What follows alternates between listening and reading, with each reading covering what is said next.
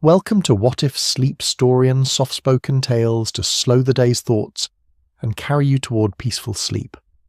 Before we begin, tell me where in the world you're listening from tonight, and if you wish, what's on your mind. I read every note and love keeping quiet company across distances. If this brings you peace, a like and subscribe help me make more nightbound stories. Now, settle in, get comfortable, and breathe with me as we begin. The morning mist clung to Dartmoor like a secret that refused to be told, its tendrils weaving between the granite tors with the patience of something ancient and knowing. The damp earth beneath Thomas Whitmore's boots squelched softly as he made his way across the moorland, his breath forming small clouds that mingled with the fog as if joining a conversation already centuries old. The scent of wet heather and peat hung heavy in the October air, carrying with it the faint metallic tang that always followed the moor's restless nights.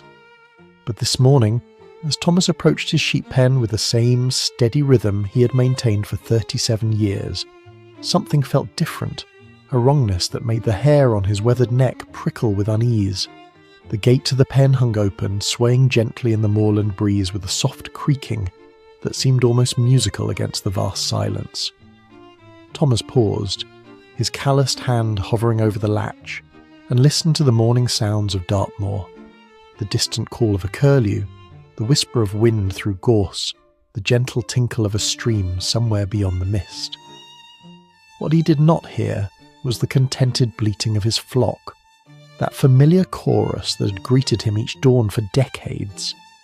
The silence stretched around him like an unwelcome embrace, and for a moment he wondered if perhaps the sheep had simply wandered to the far side of their enclosure, seeking shelter from the night's dampness. But as Thomas stepped through the gate, his boots found something that should not have been there. Something warm and wet that soaked through the leather with a thickness that made his stomach clench. The morning light, pale and filtered through the persistent fog, revealed what his heart had already begun to suspect. 3 of his prize ewes lay scattered across the moorland grass like broken dolls, their wool stained dark with blood that had not yet finished seeping into the thirsty earth. The sight struck him with the force of a physical blow, not merely for the loss of livestock that represented months of careful tending and future income, but for the savage nature of what had been done to them. Thomas had seen the work of foxes before, had lost lambs to the occasional wild dog that wandered up from the valley settlements. But this was different. The wounds were too large, too deliberate, as if whatever had done this had taken a perverse pleasure in the destruction. Long gashes ran along the animals' flanks, and their throats bore the unmistakable marks of powerful jaws. Jaws far larger than any fox possessed, far more vicious than any dog he had ever encountered. The earth around each carcass was churned into a muddy mess, marked with prints that made Thomas's blood run cold in his veins. He knelt beside the nearest ewe, his hands trembling slightly as he examined the tracks pressed deep into the soft moorland soil. They were unlike anything he had seen in 4 decades of farming on Dartmoor, larger than a dog's paw, with claws that had gouged deep furrows in the earth. The shape was wrong somehow, too broad across the pad, too long in the toe, with an almost human-like quality that made his skin crawl. As he traced the outline with one finger, he noticed something else that made his breath catch in his throat. The prints seemed to show a progression, as if the creature had been walking on 4 legs at first, then fewer. The fog swirled around him as he stood, his mind struggling to process what his eyes were telling him. In all his years on the moor, through all the stories his grandfather had told him by the fire on winter nights, through all the whispered tales shared over pints at the moorland inn, he had never quite believed the old legends. They were stories for children, tales to keep youngsters close to home after dark, ancient superstitions that belonged to a time before gas lamps and railway lines had brought the modern world to Dartmoor's edge. But now, standing among the ruins of his flock with the morning mist curling around him like ghostly fingers, Thomas Whitmore found himself remembering every word of those old stories. The tales of shapes that moved between human and beast, of creatures that hunted under the moon's cold light, of ancient curses that still roamed the moor when darkness fell. His grandmother had spoken of them in hushed tones, crossing herself as she told of the Werewolf of Dartmoor, a creature that had stalked these very hills in centuries past, taking livestock and leaving behind tracks that no natural animal could make. The wind picked up, sending the mist swirling in new patterns, and Thomas thought he heard something in its voice, a low howl that seemed to come from everywhere and nowhere at once. He turned sharply, his eyes scanning the grey expanse of moorland, but saw nothing except the familiar shapes of granite tors looming like ancient sentinels through the fog.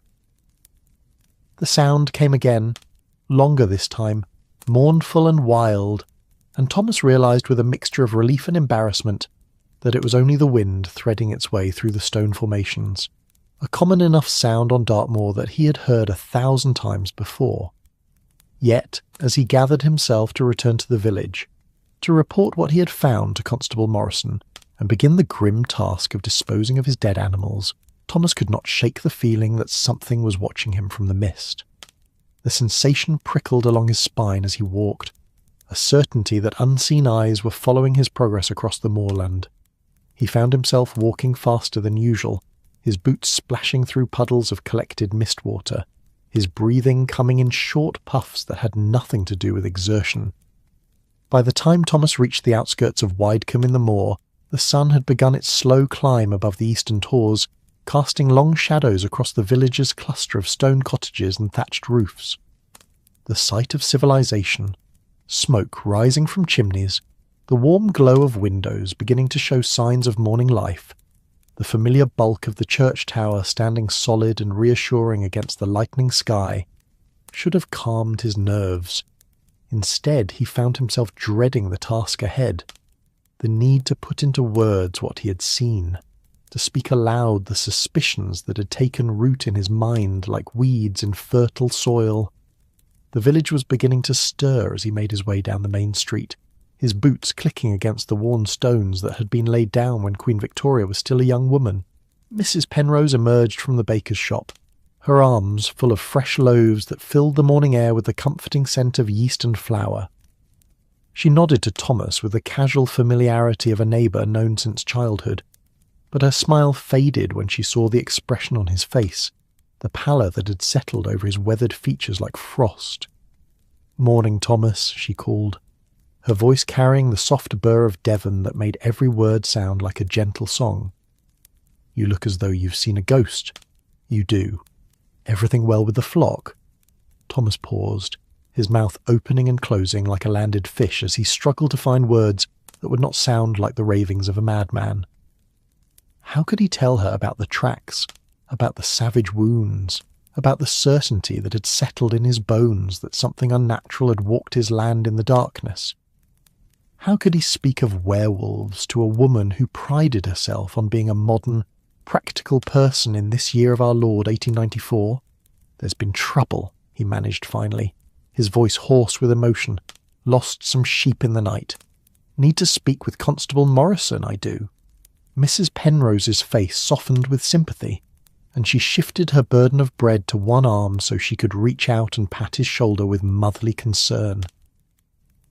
In a village where everyone knew everyone else's business, the loss of livestock was a serious matter, not just financially, but emotionally.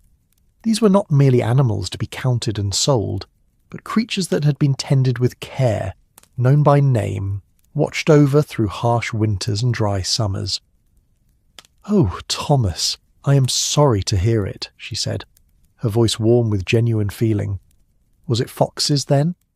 Or perhaps one of those wild dogs that's been seen about the moor of late?"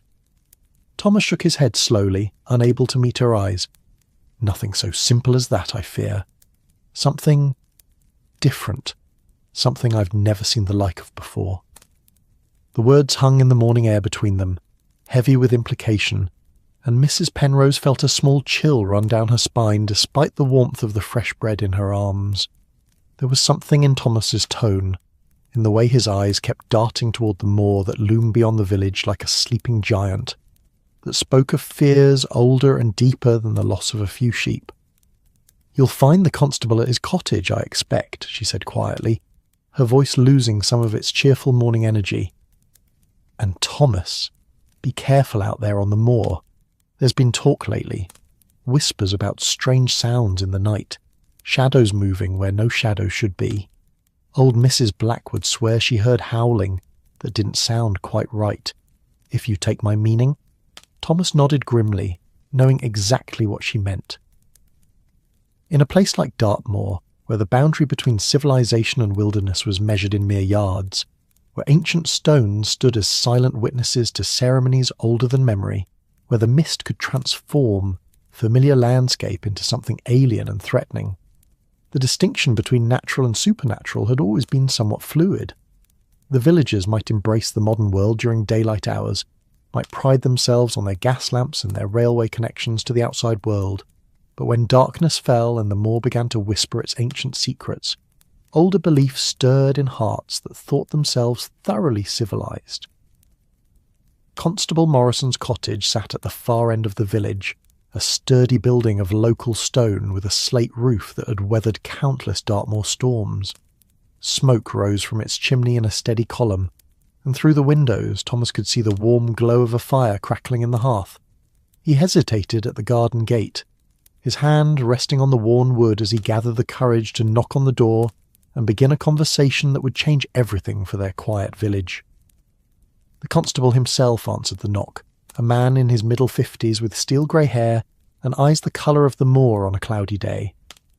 Robert Morrison had served as the village's representative of law and order for nearly 20 years, dealing primarily with minor disputes over property lines, the occasional bout of drunkenness at the inn, and the petty crimes that afflicted any small community. He was a practical man, known for his level head and his ability to sort out problems with a minimum of fuss. But as he looked at Thomas Whitmore's pale face and haunted eyes, he felt a familiar knot of unease forming in his stomach. "Thomas," he said, opening the door wider in invitation. "Come in, man. You look as though you could use a cup of tea and a sit by the fire. What brings you out so early?" The cottage's interior was warm and welcoming, with low-beamed ceilings and walls lined with books that spoke of Morrison's fondness for reading during the long winter evenings. A kettle sang softly on the hob, and the scent of bacon frying drifted from the kitchen where Mrs. Morrison was preparing breakfast. It was a scene of domestic tranquillity that made the horror Thomas had witnessed on the moor seem like something from a fevered dream. But as he settled into a chair by the fire and accepted a steaming cup of tea from his host, the reality of what he had seen came flooding back with renewed force. The warmth of the cottage could not drive away the chill that had settled in his bones. The memory of those impossible tracks pressed deep into the moorland soil. "It's my sheep, Robert," Thomas began, his voice barely above a whisper. 3 of them, torn apart in the night. But it's not what killed them that has me shaken. It's how they were killed, and what was left behind. Morrison leaned forward in his chair, his policeman's instincts already alert to the undercurrent of fear in his neighbour's voice.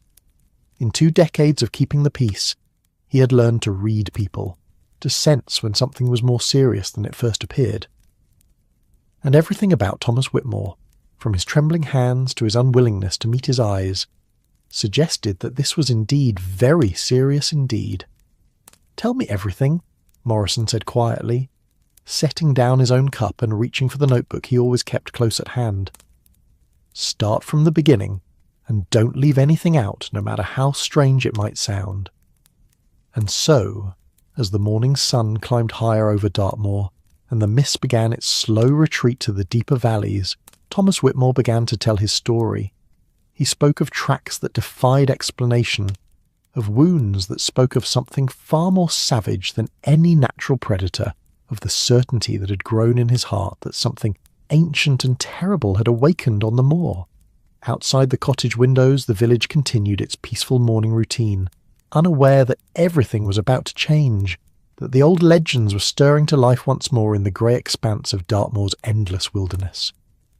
The fire crackled softly in the hearth as the 2 men talked, its warm light casting dancing shadows on the walls that seemed to flicker and move with a life of their own.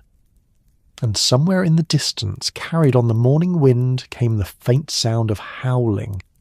Whether from dog or wolf or something else entirely, neither man could say. The rhythmic clacking of the Great Western Railway's wheels against the rails provided a soothing counterpoint to the gentle swaying of the first-class carriage as it wound its way through the Devon countryside.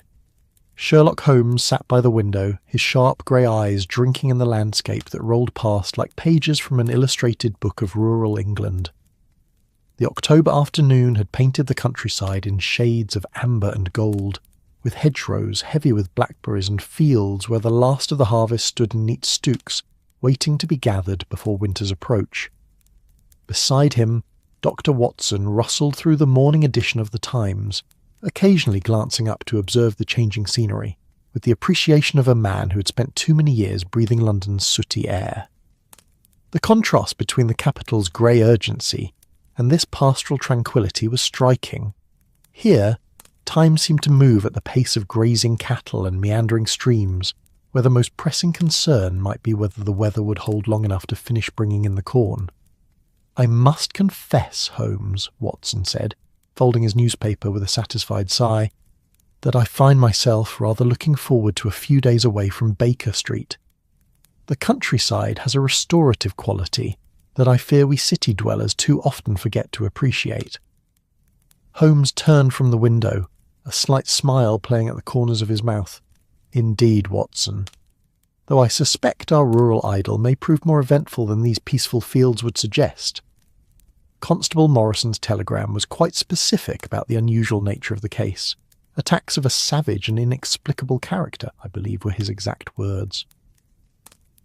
The telegram had arrived 3 days after Thomas Whitmore's discovery, after 2 more farms had reported similar losses, and the whispers of Werewolf had begun to circulate through the village like smoke from a poorly tended fire. Morrison, a practical man faced with an increasingly impractical situation, had swallowed his pride and reached out to Scotland Yard. The Yard in turn had quietly suggested that perhaps this particular case might benefit from the attention of a certain consulting detective whose methods, while unconventional, had proven remarkably effective in cases that defied ordinary explanation. As the train began to slow for Bovey Tracy Station, Holmes gathered his travel coat and the small valise that contained his portable investigation kit, a collection of instruments and chemicals that had become as essential to his work as a surgeon's scalpel or a painter's brush.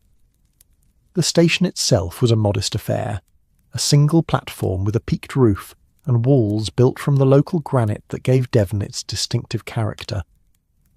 A handful of passengers disembarked, mostly local folk returning from market day in Newton Abbot, their faces bearing the weathered contentment of people who lived close to the land. The cab that Morrison had arranged was driven by a man named Jenkins, whose family had been working the roads around Dartmoor for 3 generations. He was a talkative fellow, full of local knowledge and opinions, and as they wound their way through narrow lanes bounded by high hedges, he proved to be an unexpected source of information about the strange events that had unsettled the district. "Queer business, this," Jenkins said, his hands steady on the reins as the horse picked its way carefully along the uneven road. "My old dad used to tell stories about such things, but that was back when folks still believed in all manner of nonsense. Nowadays, well, we're modern people, aren't we? But I'll tell you this much. Whatever's been at those sheep, it's got the whole countryside on edge." Holmes leaned forward slightly, his interest piqued. "Have you seen any evidence of these attacks yourself, Mr. Jenkins?" "Not myself, no, sir, but my cousin Mary works up at Hartland Farm, and she says the tracks they found there would make your blood run cold. Big as a man's hand they were, with claws like carving knives, and the poor beasts." He shook his head grimly. "Well, it's not fit talk for a pleasant afternoon, if you take my meaning." The landscape began to change as they climbed toward the moor proper, the cultivated fields giving way to rougher pasture land dotted with granite outcroppings that thrust from the earth like the bones of some buried giant. The hedgerows grew lower and more sparse, replaced by stone walls that had been built by hands long turned to dust, their irregular surfaces softened by generations of lichen and moss. Here and there the ruins of ancient settlements could be glimpsed through the afternoon light, mysterious circles of standing stones that predated written history, their purpose lost to time, but their presence still somehow commanding respect. "It's a land that remembers," Watson murmured, more to himself than to his companions, as they passed one such circle silhouetted against the sky. One can almost feel the weight of all those centuries, can't one? All those lives lived and lost on these very hills. Holmes nodded thoughtfully. Indeed. And it is precisely that sense of continuity with the past that makes places like this so susceptible to legends and superstitions. When people live surrounded by monuments to ages they cannot comprehend, is it any wonder that they populate the darkness with creatures from their ancestors' nightmares? The village of Wide-Curm-in-the-Moor nestled in a sheltered valley, its cluster of stone cottages gathered around the imposing bulk of St Pancras Church, like chicks seeking protection under their mother's wing. The famous church tower, known throughout Devon as the Cathedral of the Moor, rose majestically above the village rooftops, its weather vane catching the last rays of afternoon sunlight. Smoke rose from a dozen chimneys, carrying the scent of burning peat and wood, and the warm glow from cottage windows spoke of tea being prepared and families gathering for the evening meal. The Moorland Inn stood at the village's heart, a substantial building that had served travellers for over 2 centuries. Its walls were built from the same granite as the church, with deep-set windows and a roof of local slate that had weathered countless Dartmoor storms. A painted sign depicting a pastoral scene of sheep and shepherds swayed gently in the evening breeze, and through the mullioned windows came the cheerful glow of firelight and the murmur of conversation. Holmes and Watson were met at the inn's threshold by Constable Morrison himself, a solidly built man with intelligent eyes, and the sort of practical bearing that inspired confidence in his neighbours. He greeted them with evident relief, as though their very presence had lifted a weight from his shoulders. "Mr. Holmes, Dr. Watson," he said, extending a firm handshake to each in turn. "I cannot tell you how grateful I am that you agreed to come. This business has the whole district in an uproar, and I confess that I'm quite out of my depth." The inn's public room was warm and welcoming, with low beams darkened by centuries of wood smoke and walls lined with horse brasses that gleamed in the firelight. A cheerful fire crackled in the massive hearth, and the air was rich with the scents of roasting meat and fresh bread. The innkeeper, a jovial man named Pemberton, bustled about ensuring his guests' comfort with the practised efficiency of someone who had spent his life in service to travellers. As they settled at a table near the fire with pints of the local ale, a rich, dark brew that tasted of molten autumn afternoons, Morrison began to outline the case that had brought them to this remote corner of Devon. His account was methodical and thorough, the narrative of a practical man struggling to make sense of events that seemed to defy rational explanation. "It began 10 days ago with Thomas Whitmore's discovery," Morrison said, his voice low enough to avoid alarming the inn's other patrons. 3 sheep savagely killed in the night.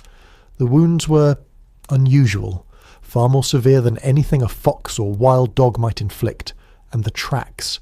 He paused, seeming to gather himself. "Well, you'll see them for yourself tomorrow, I expect. But they were unlike anything I've encountered in 20 years of police work." Holmes leaned back in his chair, his fingers steepled before him, in the gesture Watson knew indicated deep concentration. "These tracks, have they been preserved?" "I made plaster casts of the clearest ones," Morrison replied with evident pride. "They're back at my cottage, along with fabric samples and detailed measurements of the attack sites. I may be a country constable, Mr. Holmes, but I've read accounts of your methods in the papers. I did my best to preserve the evidence." "Excellent," Holmes said with genuine approval. "And there have been subsequent attacks?" Morrison nodded grimly. 2 more farms have been hit. The Heartlands lost 4 sheep and a prize ram. That animal was worth more than most men in the village earn in a year. And yesterday, old Sarah Yelland's cottage was approached in the night. She swears she saw something moving outside her window, something that walked sometimes on 4 legs, sometimes on 2. Watson set down his pint with a slight frown. Surely the woman was simply frightened by shadows? In a state of heightened anxiety, it's remarkable how the mind can transform perfectly ordinary sights into something sinister. "Perhaps," Morrison agreed, though his tone suggested doubt. "But Sarah Yelland has lived alone on that cottage for 40 years, Dr. Watson. She's seen every sort of weather and darkness that Dartmoor can provide.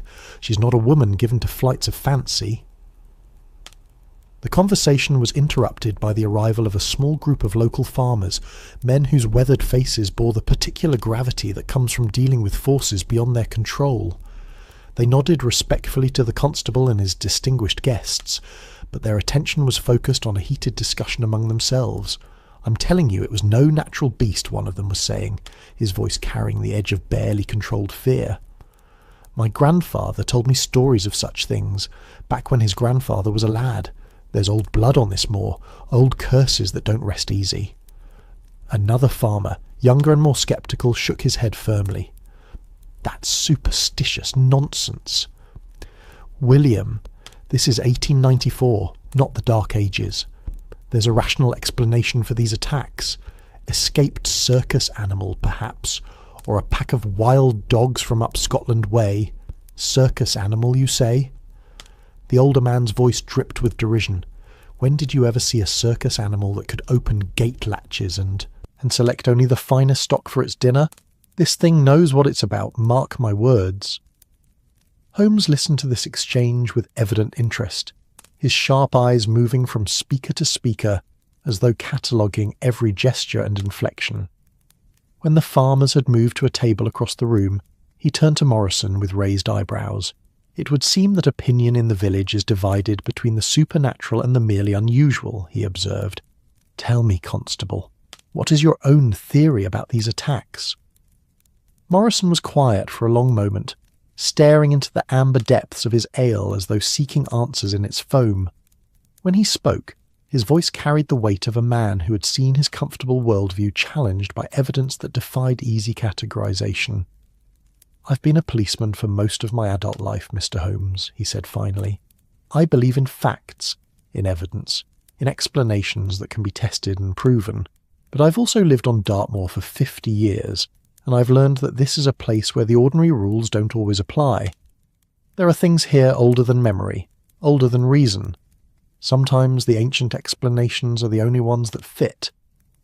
The fire crackled softly in the hearth as his words settled over the table like a gentle spell.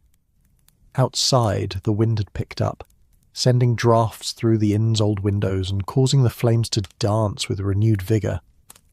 Somewhere in the distance, barely audible above the wind's voice, came a sound that might have been the howling of a dog, or something else entirely. Watson shifted uncomfortably in his chair. "Surely you're not suggesting that we're dealing with an actual werewolf? In this day and age, with gaslight and telegraph wires, with the Queen herself ruling from Windsor. The very notion seems absurd.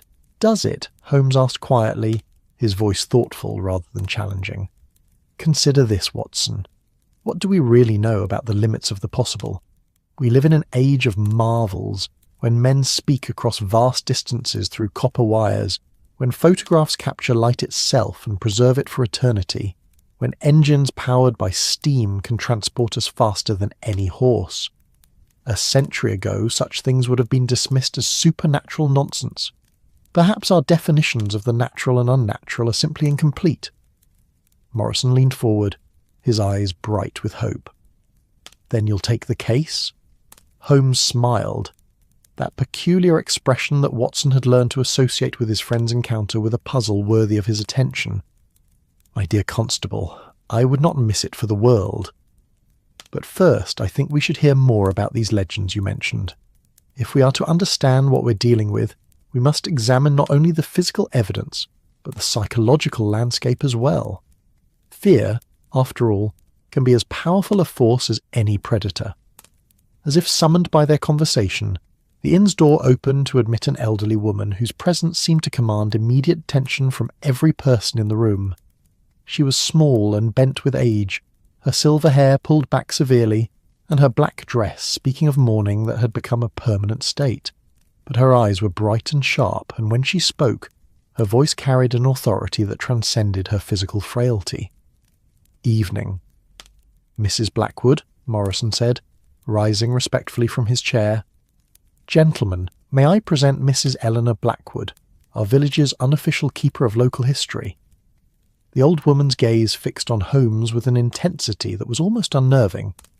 "So," she said, her voice carrying the soft burr of Devon, London has sent us a detective to solve our little mystery. Tell me, young man, do you believe in forces beyond the reach of your scientific methods?" Holmes studied her for a moment, then gestured to an empty chair at their table. "Madam, I believe in the power of observation, deduction, and evidence. But I also believe that wisdom often wears the mask of superstition, and that legends frequently contain kernels of truth that have been preserved through generations. Please join us. I suspect you have stories that might illuminate our understanding of recent events." Mrs. Blackwood settled herself with the careful dignity of advanced age, her sharp eyes never leaving Holmes's face. "Stories," she repeated, a slight smile playing at her lips. "Oh yes, Mr. Holmes, I have stories that have been told on this moor for longer than men have written them down. Stories of things that hunt in the darkness between human and beast.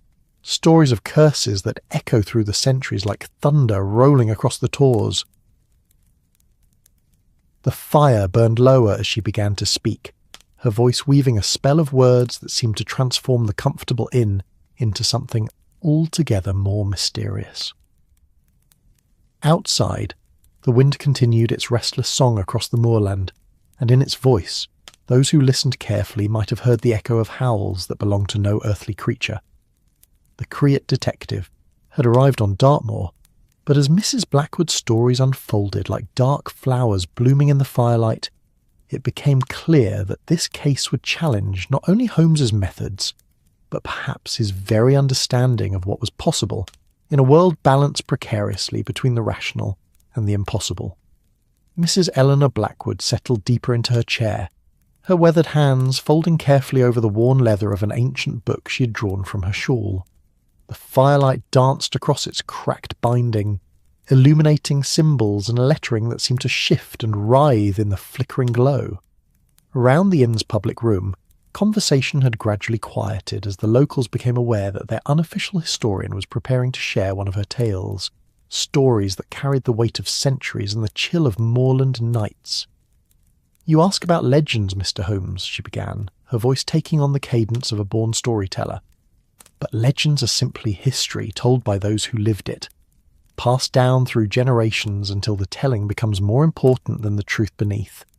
What I'm about to share comes from my grandmother's grandmother, who lived through the terror of 1638, when the beast last walked these moors with purpose." Holmes leaned forward slightly, his analytical mind already cataloguing details, while Watson reached instinctively for his notebook.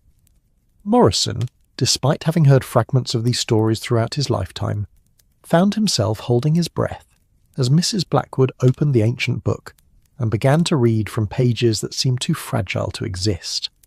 "The first recorded sighting," she continued, her finger tracing lines of faded ink, "was in the year of our Lord 1621, when young Margaret Clymer was returning from market in Ashburton.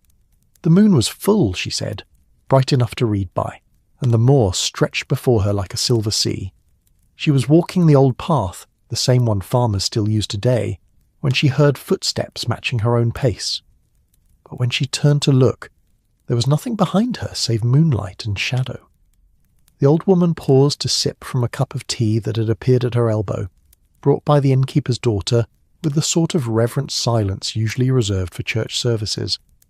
The liquid steamed in the cool air, carrying the scent of herbs that grew wild on the moor, chamomile and meadowsweet, with undertones of something earthier, more ancient. "Margaret was no foolish girl," Mrs. Blackwood continued. "She was 17, old enough to know the difference between imagination and reality, raised on these moors and familiar with every sound the night could make. But as she walked, the footsteps behind her began to change. Where they had matched her human stride, they now fell into a different rhythm. 4 beats instead of 2, and heavy with the sound of claws scratching against stone." Watson shifted uncomfortably in his chair, his practical medical mind warring with the undeniable atmosphere that Mrs. Blackwood's words were weaving around them. The inn's other patrons had fallen completely silent now, their faces turned toward the elderly woman like flowers following the sun. Even the usual sounds of the building seemed muted. The settling of ancient timbers, the whisper of wind through the eaves, the distant clatter of dishes from the kitchen. When Margaret finally found the courage to turn around, Mrs. Blackwood's voice dropped to barely above a whisper. She saw a shape that defied understanding. It stood perhaps 50 yards behind her, caught between the light of the full moon and the shadow of a great tor. At first glance it might have been a large dog or wolf, but as she watched it began to rise onto its hind legs, growing taller and more human with each passing moment. Its eyes, she said, were the colour of winter ice, and they held an intelligence that no animal should possess. Holmes found himself studying the faces around him, as much as listening to the story itself. The expressions of the locals revealed a curious mixture of scepticism and unease, as though they wanted to dismiss the tale as mere superstition, but found themselves unable to do so completely. There was something in their eyes, a recognition that spoke of experiences shared but rarely discussed, of nights when the wind carried sounds that belonged to no earthly creature. Margaret ran, Mrs. Blackwood continued, as any sensible person would, but the creature followed, keeping pace with her terror-driven flight across the moorland. She could hear it behind her, sometimes the 4-footed lope of a wolf, sometimes the 2-footed stride of a man, and occasionally something in between that made her blood freeze in her veins. She reached her father's cottage just as the first light of dawn touched the eastern tors, and when she looked back from the safety of her doorway, there was nothing there but empty moorland and morning mist. The fire crackled softly, sending sparks spiralling up the chimney like tiny stars returning to the heavens. Outside, a church bell tolled the hour, 8 o'clock, though the darkness beyond the windows made it feel much later. The sound seemed to break the spell that Mrs. Blackwood's story had cast, and several of the inn's patrons shifted in their chairs, as though remembering suddenly that they were modern people living in modern times. That was the beginning, the old woman said, closing the ancient book with careful reverence. Over the next 17 years the creature was seen dozens of times, always on nights when the moon was bright enough to cast shadows. It showed a particular interest in livestock, sheep primarily, but also cattle and the occasional pig. The wounds it left were distinctive, far more savage than any natural predator would inflict, and arranged in patterns that suggested intelligence rather than mere hunger. Morrison leaned forward, his policeman's instincts engaged despite the supernatural subject matter. Patterns? What sort of patterns? Mrs. Blackwood's eyes glittered in the firelight. The throat was always torn first, a killing bite, clean and efficient. But then the creature would make additional wounds, precise cuts along the flanks that seemed almost decorative, as though it were marking its work, claiming ownership of the kill. Holmes exchanged a meaningful glance with Watson, both men thinking of Thomas Whitmore's description of his slaughtered sheep. The parallel was unmistakable, and yet the rational mind rebelled against accepting such a connection across centuries of time. "You mentioned that the terror lasted 17 years, Holmes said carefully. How did it end?" The old woman smiled, but there was no warmth in the expression. It ended as such things often do, with fire and iron and the courage of desperate men. In the spring of 1638, the creature made a mistake. It attacked during daylight hours, taking sheep from a flock that was being watched by 3 shepherds. The men saw it clearly, and for the first time they were able to follow its tracks. She paused to turn several pages in her book, searching for a particular passage. When she found it, she began to read in the original dialect, her voice taking on the musical cadences of 17th century Devon. "We did pursue the beast across moor and dale, through bracken thick as a man's waist and over stone that would turn an angel's ankle. Its tracks were clear as day in the soft earth, the prints of a great wolf, but with marks that spoke of human cunning. Where the path grew rocky, we found scratches on the stone itself, as though claws had been used for purchase like a climber's tools." Holmes interrupted gently. "These shepherds, were they reliable witnesses, men of good character?" "The most reliable," Mrs. Blackwood confirmed. "John Pembridge, Thomas Yeo and Samuel Wickett. All 3 were respected members of the community, church-going men with families and reputations to protect. Their testimony was recorded by the parish priest and witnessed by the local magistrate. What they found at the end of their hunt changed everything. The inn had grown so quiet that the sound of turning pages seemed loud as thunder. Even the kitchen staff had ceased their activities, drawn by the magnetic pull of a story that had been told and retold for over 2 centuries, but had lost none of its power to chill and fascinate. The tracks led to a cave, Mrs. Blackwood continued, hidden among the granite outcroppings near what we now call Werewolf's Tor. The entrance was narrow, barely wide enough for a man to squeeze through, but inside the cavern opened into a space large enough to house a cottage. And there, in the flickering light of their torches, the shepherds found evidence that would haunt their dreams for the rest of their lives. She paused dramatically, allowing the tension to build until even Holmes found himself leaning forward in anticipation. "Human clothing," she said simply. Boots and breeches, a shirt and waistcoat all laid out as though their owner intended to return. But they were stained with blood, not human blood, but the blood of sheep and cattle. And beside them lay the remains of dozens of kills, bones picked clean and arranged in patterns that suggested ritual rather than mere feeding. Watson cleared his throat, his medical training asserting itself. Surely this simply indicated that some madman was living wild on the moor, killing livestock for food, and perhaps displaying symptoms of lycanthropic delusion. Mrs. Blackwood's smile was patient but firm. That might explain the human evidence, doctor, but it would not explain what the shepherds found deeper in the cave. Tracks that change from human feet to wolf paws and back again, pressed into the soft clay of the cave floor. Nor would it explain what happened when they tried to wait in ambush for the creature's return. The fire had burned low during her recitation, and Pemberton moved quietly to add fresh logs, his movements careful and reverent as though he were tending a sacred flame. The new wood caught quickly, sending fresh light dancing across the faces of his audience and illuminating the growing fascination in Holmes's sharp features. They waited for 3 nights. Mrs. Blackwood continued, hidden among the rocks near the cave entrance. On the 3rd night, just as the moon reached its zenith, they saw something approaching across the moorland. At first, it appeared to be a man walking upright, but as it drew closer, its gait became more animal-like. By the time it reached the cave mouth, it was moving on all 4s with the fluid grace of a natural predator. Holmes made a small note in his mental catalogue. This transformation, they observed it directly? With their own eyes, Mr. Holmes.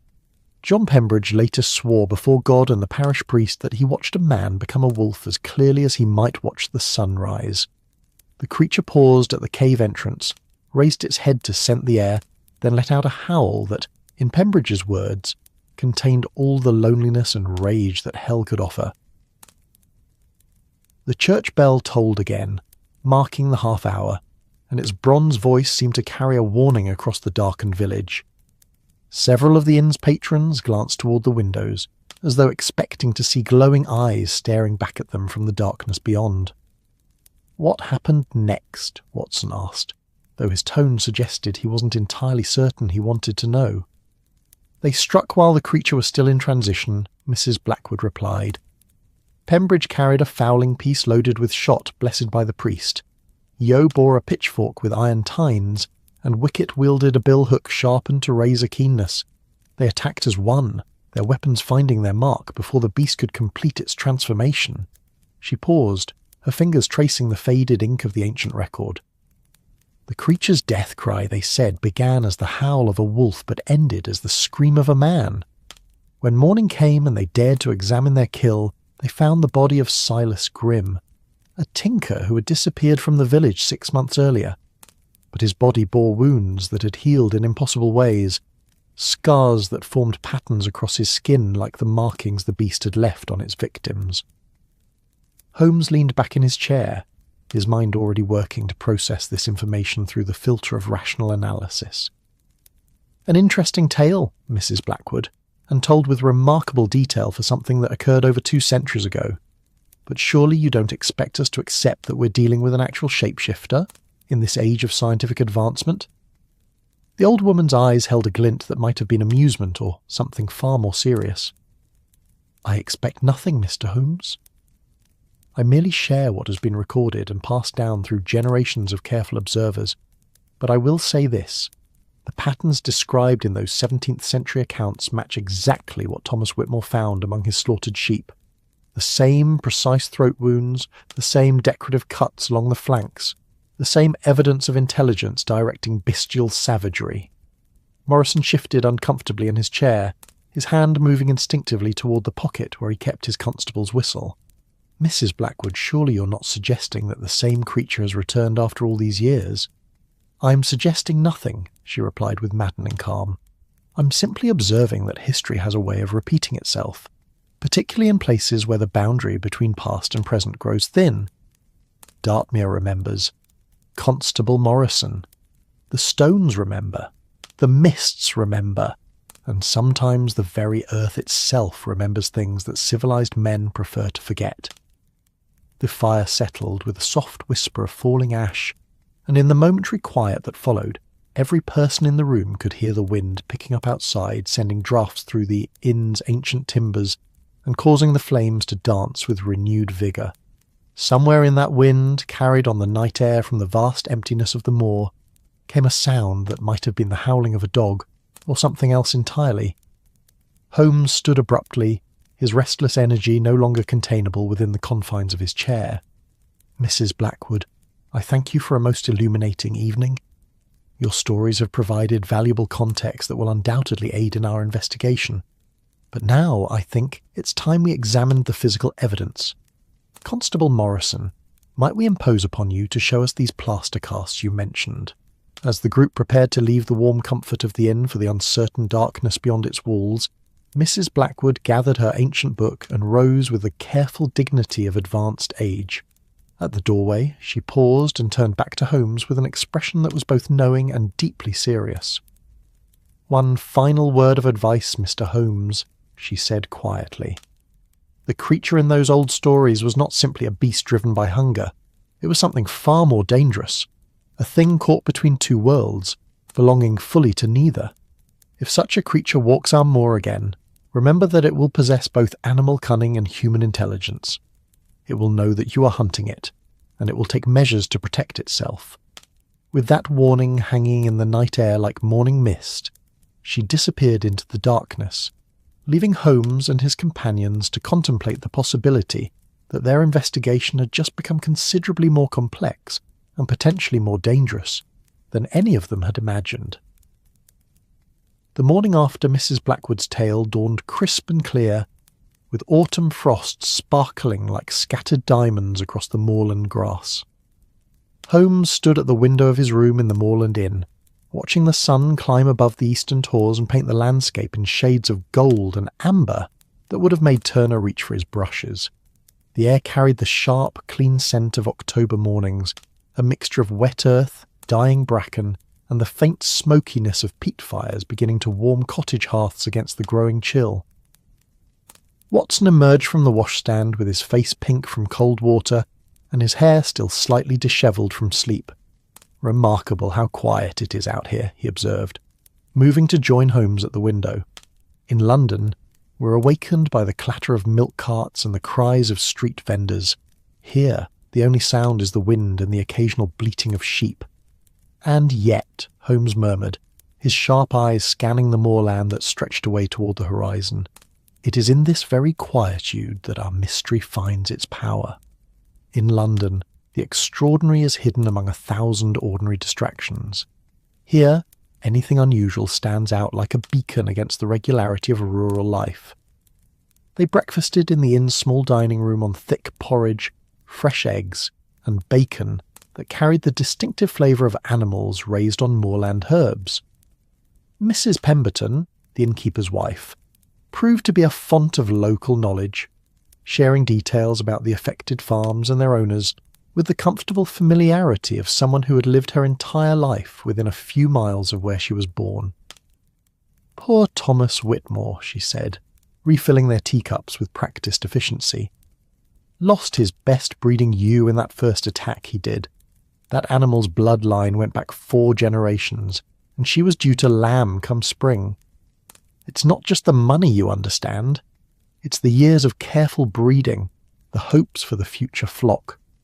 When you lose an animal like that, you lose a piece of your life's work.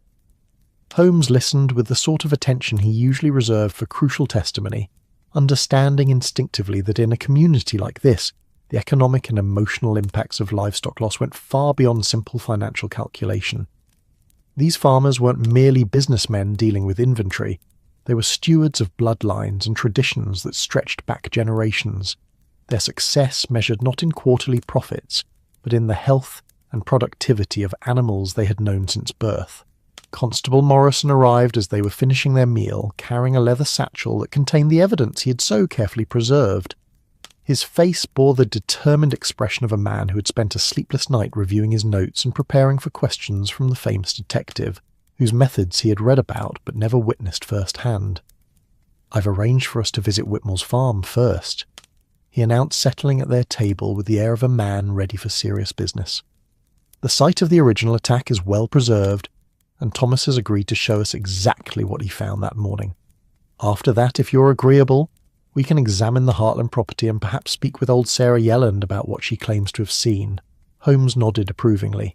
"Excellent. But first, might we examine these plaster casts? You mentioned I'm particularly interested in seeing these unusual tracks that have caused such consternation among the local population." Morrison opened his satchel with the careful reverence of a man displaying precious artifacts, withdrawing several plaster casts wrapped in soft cloth. As he unwrapped them on the table between the breakfast dishes, Holmes's eyebrows rose in unmistakable surprise.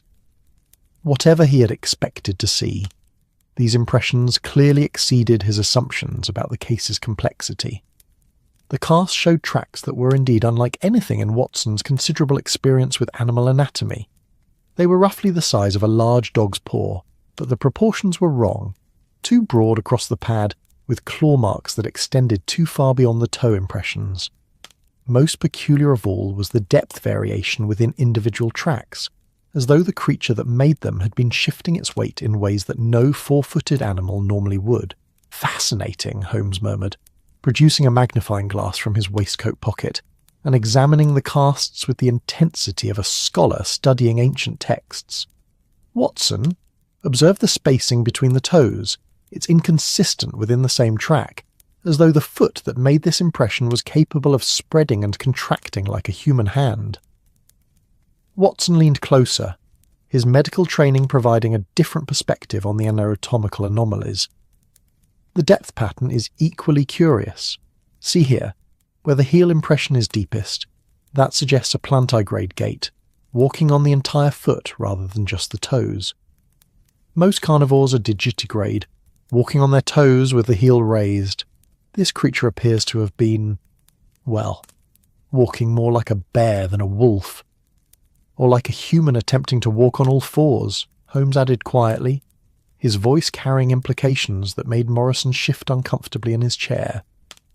They spent the next hour examining the casts from every angle, with Holmes making detailed sketches and measurements, while Watson provided anatomical observations that grew increasingly puzzled. By the time they had finished their preliminary analysis, the morning sun had climbed high enough to burn away the last of the frost, and the moorland beckoned with the promise of answers waiting to be discovered among its ancient stones and timeless landscape. The walk to Whitmore's farm led them along paths that had been worn smooth by countless generations of feet, human, animal, and perhaps something in between. The way was marked by the distinctive dry stone walls that divided the moor into a patchwork of grazing areas, their irregular surfaces home to communities of lichen and moss that painted them in subtle shades of green and grey. Here and there, ancient waymarkers stood beside the path, stone crosses carved with symbols whose meanings had been lost to time, but whose presence still commanded a certain respectful attention from travellers. Thomas Whitmore met them at his gate, a man whose weathered face bore the particular strain that comes from dealing with forces beyond one's control. He greeted them with the mixture of hope and scepticism that Holmes had learned to expect from people whose orderly world had been disrupted by events that defied rational explanation. "Mr. Holmes," he said, touching his cap with rural courtesy, "I can't say I understand how you mean to make sense of what happened here, but I'm grateful you've come. This business has the whole district on edge, and if you can put a stop to it, you'll have the blessing of every farmer on the moor. The attack site lay in a sheltered valley, where Whitmore's prize sheep had sought protection from the moorland winds. Even 10 days after the discovery, the area retained an atmosphere of violence that was almost palpable. The grass was still stained dark in places where blood had soaked into the earth, and the churned mud showed signs of a struggle that had been both brief and savage. Holmes moved through the scene with the methodical precision of a master craftsman, his trained eyes cataloguing details that others might miss. He knelt beside each stain, measured distances between disturbances, and examined the few remaining tracks with an intensity that transformed the pastoral landscape into a crime scene as complex as any he had encountered in London's darkest alleys.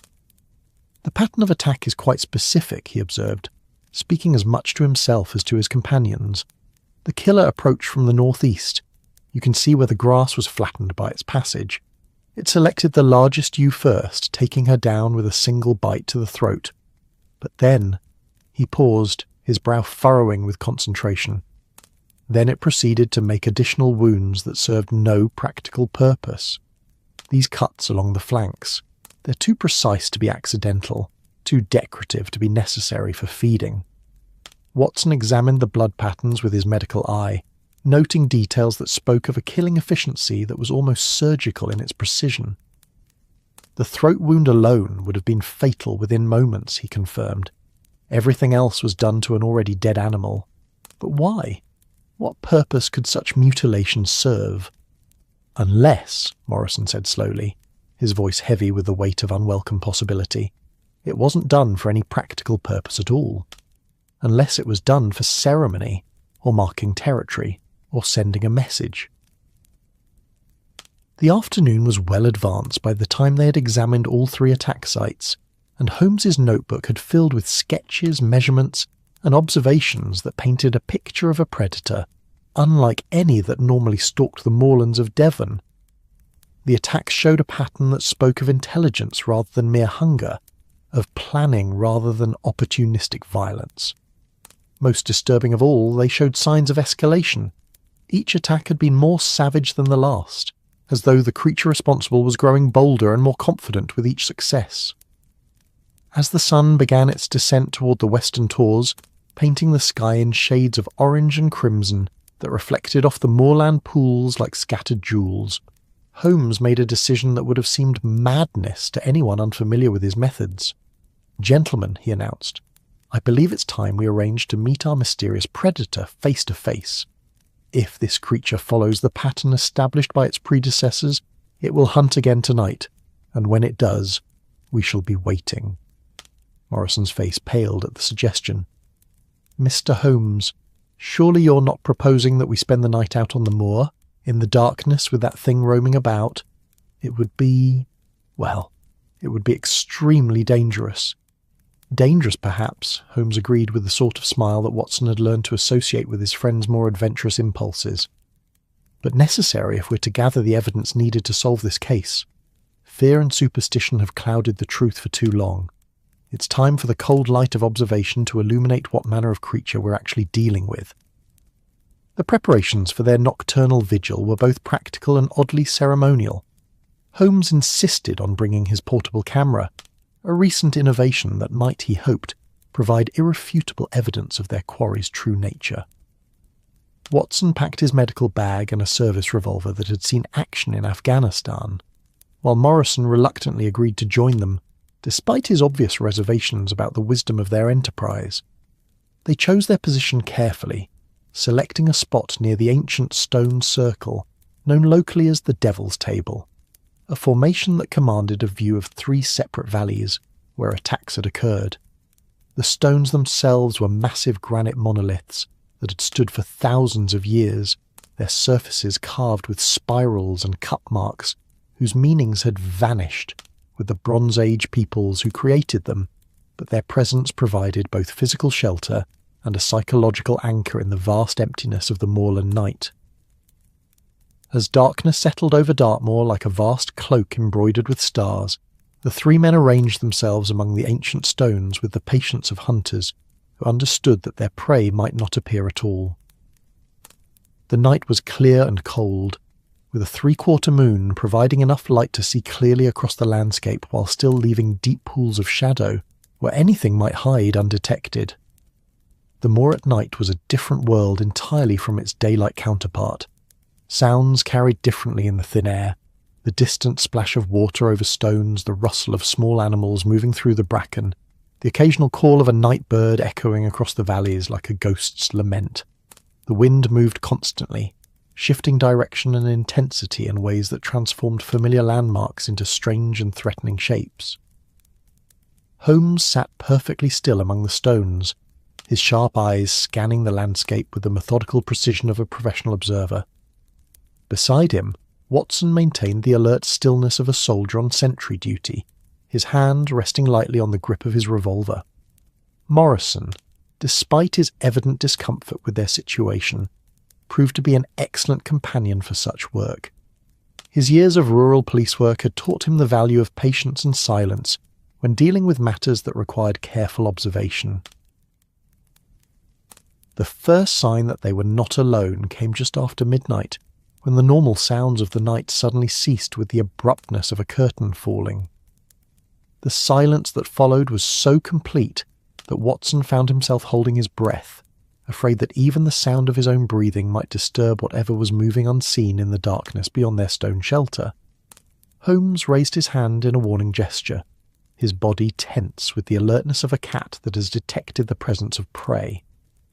In the moonlight, his face was a mask of concentration that revealed nothing of the excitement Watson knew must be racing through his friend's mind. This was the moment they had been waiting for, the chance to observe their quarry in its natural element, to gather the evidence that would either confirm or refute the supernatural claims that had dominated local conversation. The creature, when it finally appeared, did so with a silence that was somehow more unnerving than any amount of noise would have been. It materialized from the shadow of a distant tor like a piece of darkness that had learned to move, flowing across the moorland with a gait that seemed to shift and change as they watched. At first it appeared to be moving on 4 legs in the manner of a large dog or wolf, but as it drew closer to their position, something about its movement began to seem wrong, too fluid, too controlled, too purposeful for any natural animal. Holmes had his camera ready, but the moonlight, though bright enough for observation, was insufficient for photography. Instead, he watched with the intensity of a scientist observing a new species, his trained mind cataloguing every detail of the creature's appearance and behaviour. It was indeed large, larger than any wolf that had walked British soil for centuries, with a coat that seemed to absorb moonlight rather than reflect it. But it was the creature's behaviour that proved most interesting. Rather than hunting randomly as a wild animal might, it moved with obvious purpose toward one of the valleys where sheep were known to graze. Its path was direct and efficient, suggesting a level of planning and familiarity with the terrain that spoke of intelligence rather than mere instinct. Watson felt his blood chill as he watched the creature pause near the stone circle, its massive head turning in their direction, as though it had somehow sensed their presence. For a moment that seemed to stretch into eternity, man and beast regarded each other across the moonlit moorland, and Watson found himself staring into eyes that held an intelligence no animal should possess. Cold, calculating, and undeniably aware. Then with a movement so swift that it seemed almost supernatural, the creature melted back into the shadows, disappearing as completely as if it had never existed at all. The normal sounds of the night returned gradually, as though the moor itself was slowly releasing a breath it had been holding. Holmes lowered his camera with evident disappointment at the lost opportunity for documentation, but his eyes glowed with the satisfaction of a hunter who had finally glimpsed his quarry. "Gentlemen," he said quietly, his voice carrying across the stone circle like a whisper of wind, "I believe we have just witnessed something that will require us to significantly revise our understanding of this case." As dawn approached and the 3 men prepared to return to the village, each carried with him the memory of those intelligent eyes and the certainty that their investigation had entered a new and far more complex phase. The creature was real, it was intelligent, and most disturbing of all, it was aware of their presence on the moor. The morning after their nocturnal encounter found Holmes in a state of intense mental activity that Watson had learned to recognise as the prelude to one of his friend's most brilliant deductions. They sat in the inn's small parlour, where Mrs. Pemberton had thoughtfully provided a pot of strong tea and a plate of fresh scones, while Holmes spread his notes and sketches across the polished oak table like a general planning a campaign. "The creature we observed last night," Holmes began, his long fingers tracing patterns among his papers, "exhibited behaviours that are fundamentally incompatible with any known form of lycanthropy, supernatural or otherwise. It moved with purpose, it demonstrated awareness of our presence, and most significantly it showed restraint." Watson looked up from his own careful notes, his eyebrows raised in question. "Restraint? How so?" "Consider, my dear fellow," Holmes replied, settling back in his chair with the air of a professor delivering a lecture. "We presented ourselves as perfect targets, 3 men isolated on the moorland, armed but vulnerable, far from any assistance. A true predator, driven by supernatural hunger or bestial instinct, would have attacked. Instead, our mysterious creature observed us briefly and withdrew. That suggests calculation rather than compulsion, strategy rather than mere appetite." The fire crackled softly in the hearth, sending waves of warmth across the room that contrasted pleasantly with the crisp October air beyond the windows.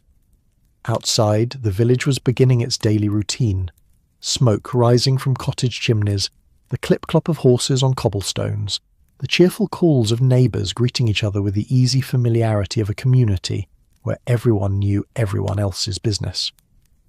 Constable Morrison arrived as Holmes was organising his thoughts into what Watson recognised as the preliminary structure of a theory. The constable's face bore the drawn expression of a man who had slept poorly, haunted by images of intelligent eyes gleaming in moonlight and the memory of a presence that had seemed far too aware for comfort.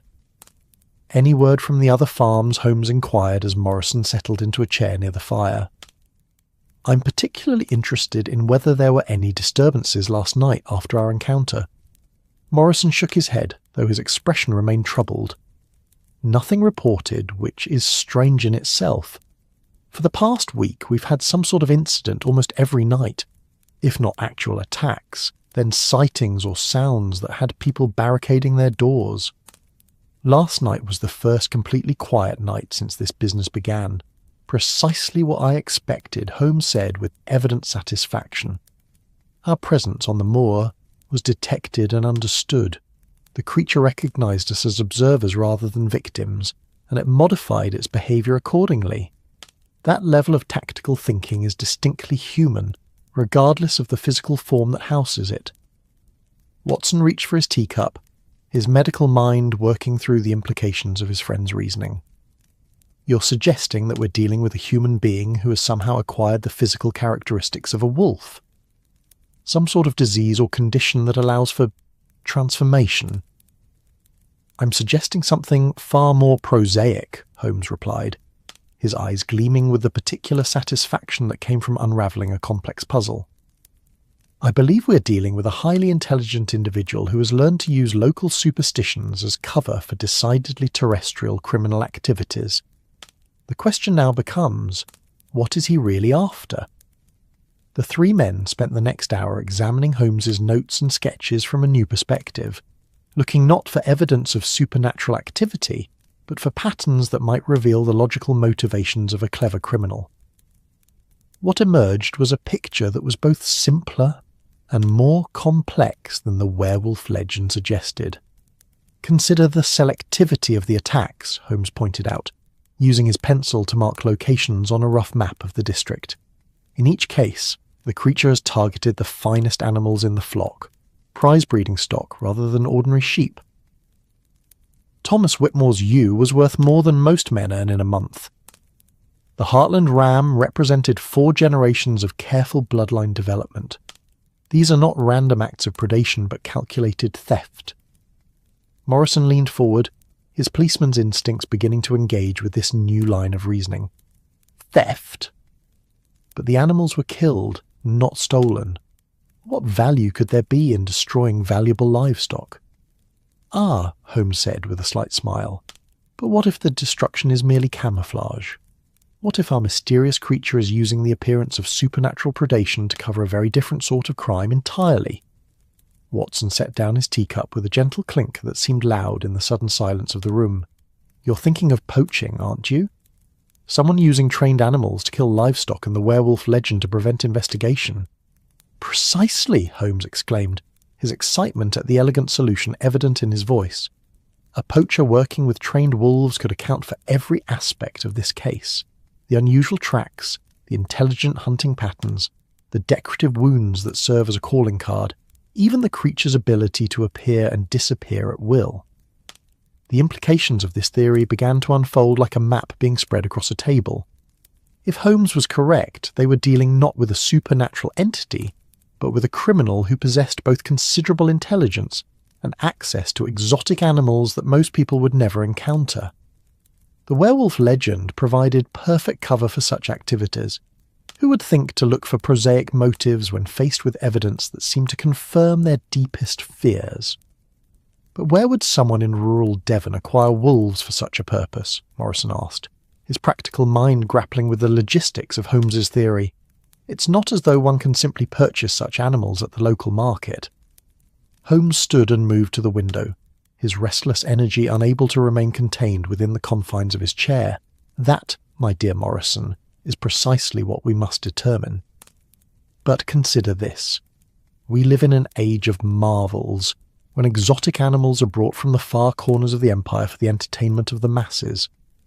Circuses travel the length and breadth of Britain. Menageries display creatures from Africa and India, and private collectors pride themselves on housing specimens that would have been considered mythical just a generation ago.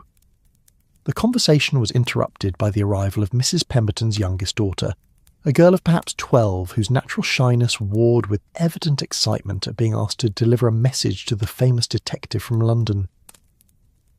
She bobbed a quick curtsy and spoke in the soft burr of Devon that made her words sound like music.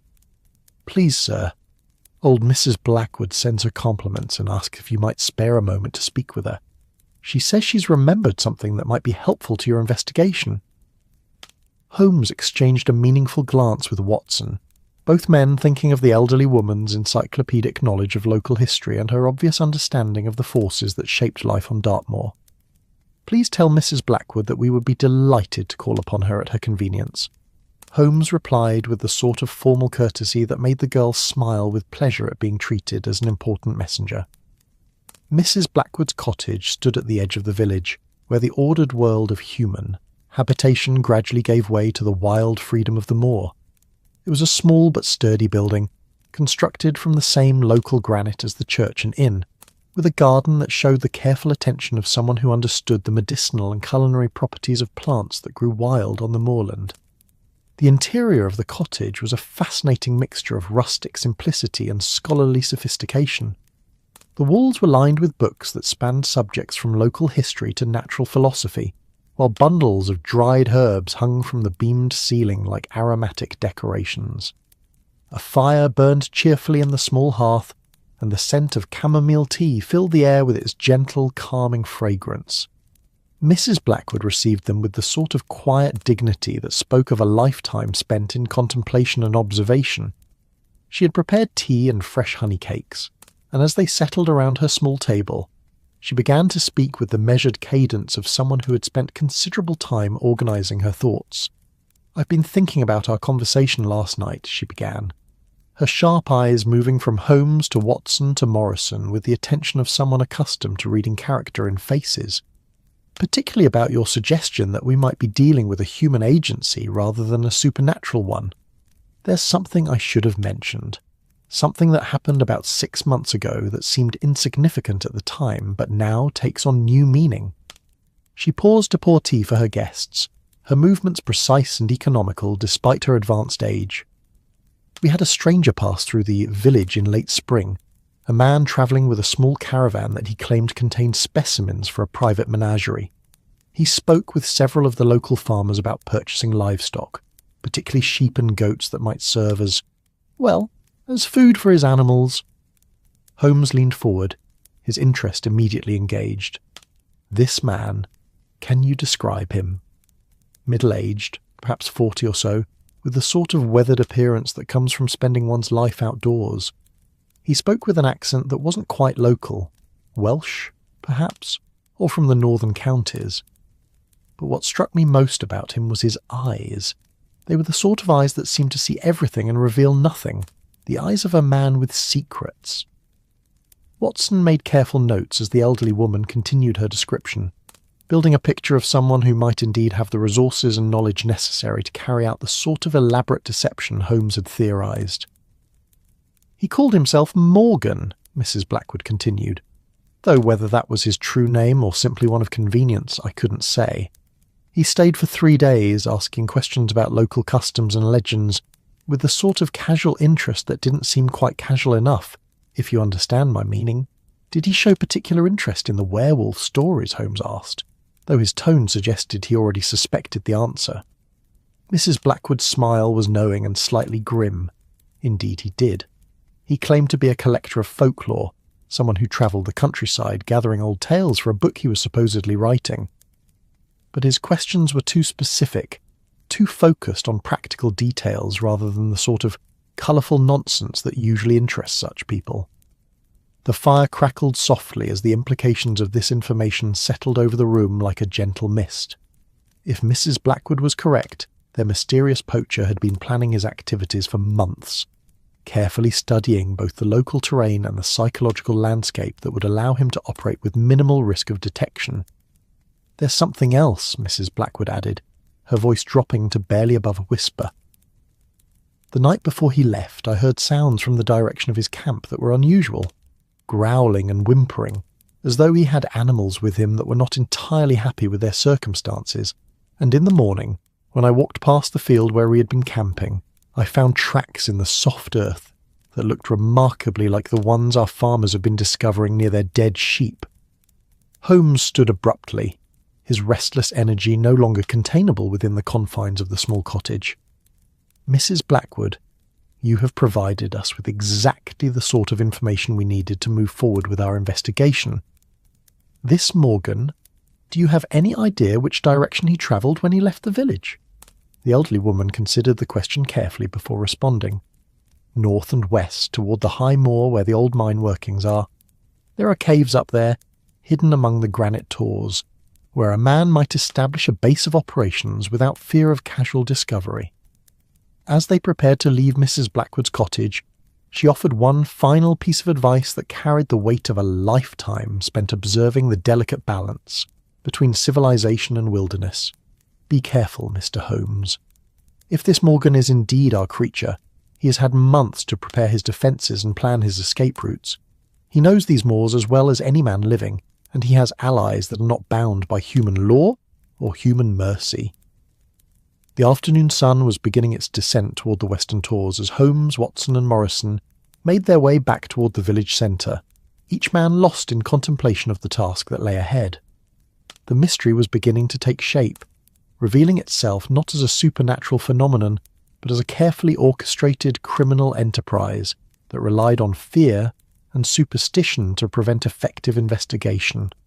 "We'll need to approach this systematically," Holmes said, as they paused at the village crossroads. "First, we must gather more information about this Morgan and his possible whereabouts. Then, we'll need to plan our approach to whatever lair he has established among the tors. And finally, we must be prepared for the possibility that confronting him will require dealing with animals that have been trained for violence." Morrison's face showed a mixture of relief and apprehension. Relief that they were dealing with human rather than supernatural adversaries, but apprehension about the practical challenges of capturing a criminal who commanded the loyalty of creatures that could kill with the efficiency of professional assassins. "How do we even begin to search an area as vast as the high moor?" he asked, his voice carrying the weight of a man who understood the enormity of the task before them. "There are hundreds of caves and abandoned mine shafts up there, each one a potential hiding place." Holmes smiled with the confidence of a man who had spent his career solving impossible puzzles through the application of logic and careful observation. "We begin, my dear Morrison, by understanding our quarry's needs and limitations. A man travelling with wolves requires water, shelter, and regular access to food. He needs solitude, but cannot be completely isolated from civilization. Most importantly, he needs escape routes that will allow him to disappear quickly if his activities are discovered. As they reached the inn, the church bell was tolling the hour, its bronze voice carrying across the village with the sort of measured dignity that spoke of centuries of routine and tradition. But beneath that surface tranquility, each man carried the knowledge that their investigation was entering its most dangerous phase, the moment when theory would be tested against reality, and when the hunted might well become the hunter. The game, as Holmes was fond of saying, was afoot. And somewhere among the ancient tors of Dartmoor, a clever criminal waited with his pack of trained killers, confident that the old legends would protect him from the long arm of the law. The dawn that broke over Dartmoor on the third day of their investigation brought with it a crystalline clarity that seemed to promise resolution to the mystery that had haunted the district for weeks. Holmes stood at his window in the Moorland Inn, watching the sun climb above the eastern tors and paint the landscape in shades of gold and amber that transformed the moorland into something almost ethereal in its beauty.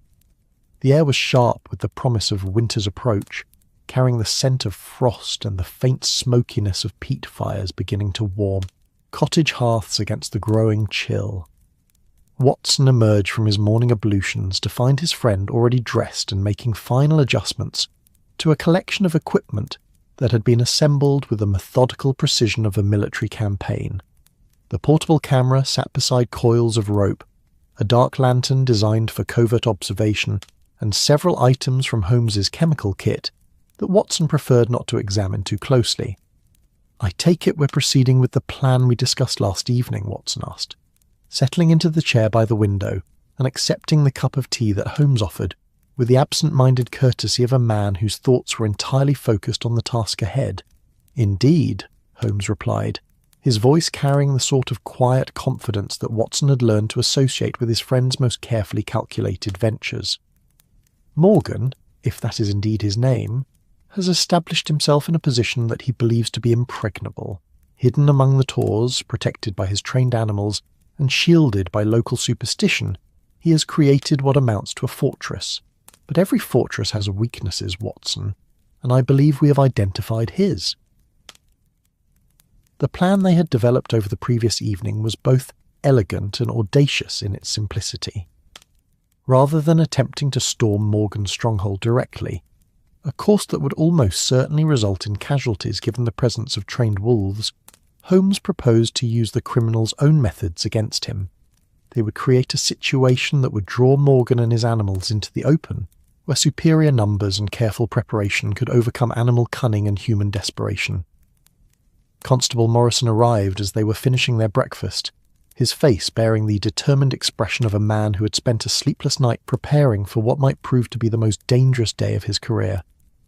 He carried with him a collection of equipment that spoke of careful consultation with local farmers and hunters, nets of heavy rope, several fowling pieces loaded with shot, and most importantly a supply of fresh meat that had been treated with a mild sedative provided by the village veterinarian. "Dr. Ashford assures me that the dosage will be sufficient to slow the animals without causing permanent harm," Morrison reported, his voice carrying the mixture of hope and uncertainty that characterized any plan that depended on the cooperation of unpredictable forces. He's used similar preparations to calm aggressive livestock, though he admits he's never attempted anything quite like this before. Holmes examined the prepared meat with the attention of a chemist reviewing a complex formula, testing its scent and consistency with the sort of methodical precision that had made him famous throughout Europe. "Excellent work, Morrison. The combination of fresh blood and familiar meat scents should prove irresistible to animals that have been living on a restricted diet in cave conditions. Now, shall we review our positions one final time?" The ancient stone circle they had chosen for their confrontation lay in a natural amphitheatre, formed by the meeting of three valleys, its massive granite monoliths arranged in patterns that had mystified archaeologists for generations. Local legend held that the circle had been a place of ritual and ceremony for peoples whose names had been lost to history. but Holmes was more interested in its practical advantages as a site for their planned encounter.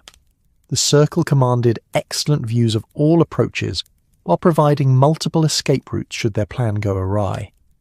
More importantly, its central location made it the natural focal point for anyone seeking to control movement across this particular section of the moor. If Morgan had indeed established his base among the nearby tors, he would have observed their previous night's vigil at this very location and would expect them to return. The psychology of our adversary is crucial to success, Holmes explained as they made their way across the moorland toward their chosen position. Morgan has succeeded thus far by maintaining complete control over the circumstances of his encounters. He chooses when to attack, selects his targets carefully, and retreats before effective resistance can be organised. But tonight we reverse those dynamics. We force him to react to our initiative rather than pursuing his own agenda. The walk to the stone circle took them along paths that had been worn smooth by countless generations of travellers, their route marked by waymarkers and boundary stones that spoke of human presence, stretching back to the very beginnings of recorded history. Here and there, they passed the ruins of ancient settlements, circles of stones that had once supported walls and roofs, now home only to the wind and the occasional sheep seeking shelter from the moorland weather. Watson found himself thinking about the layers of history that surrounded them as they walked, the countless lives that had been lived and lost among these hills over the centuries. Farmers and shepherds, warriors and priests, craftsmen and traders, all had walked these same paths, faced their own challenges and mysteries, and ultimately returned to the earth that had sustained them. There was something both humbling and oddly comforting about that continuity, as though their current struggles were simply the latest chapter in a story that had been unfolding for millennia. The stone circle itself was even more impressive in daylight than it had appeared during their previous nocturnal visit. The monoliths rose from the moorland like the bones of some buried giant, their surfaces carved with spirals and cup marks that caught the light in ways that seemed almost intentionally decorative. Some of the stones stood perfectly upright, while others leaned at angles that spoke of centuries of frost and settlement, but all retained an air of dignity and purpose that commanded respect from even the most prosaic observer. Holmes moved among the stones with the practised eye of someone who understood both their historical significance and their practical utility for his current purposes.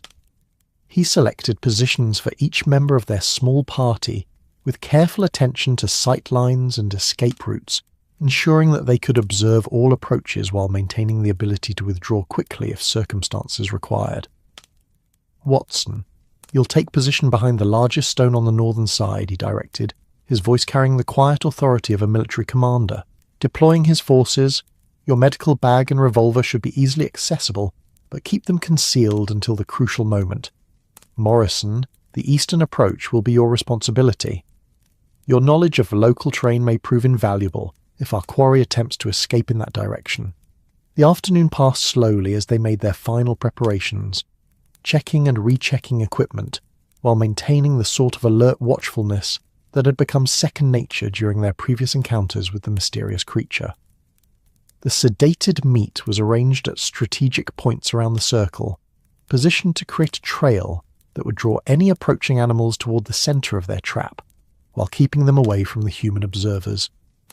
As the sun began its descent toward the western tors, painting the sky in shades of orange and crimson that reflected off the moorland pools like scattered jewels, Holmes made final adjustments to his portable camera and settled into position with the patience of a hunter who understood that success often depended more on waiting than on action.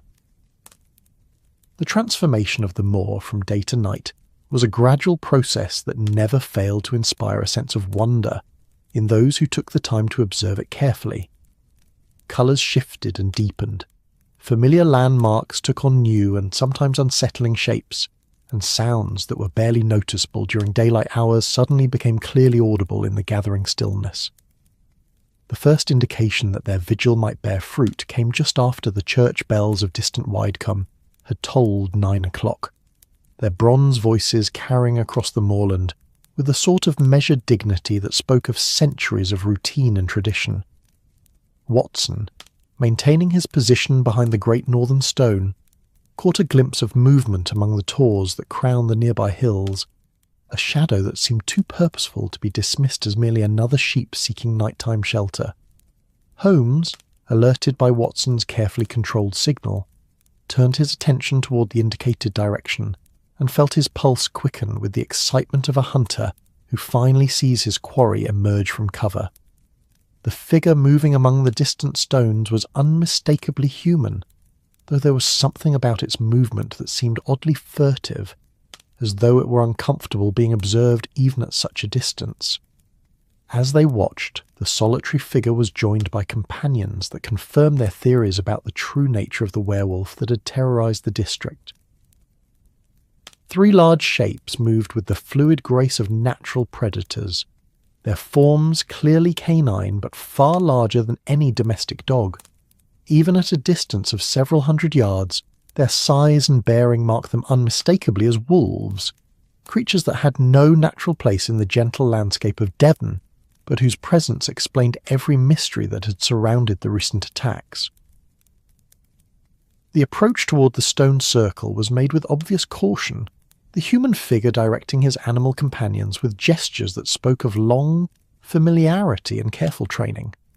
But Holmes had anticipated such wariness, and the trail of sedated meat had been laid with precisely such careful reconnaissance in mind. The first wolf to investigate the bait approached with the sort of suspicious delicacy that marked it as an experienced predator, one that had learned to be wary of anything that seemed too easily obtained.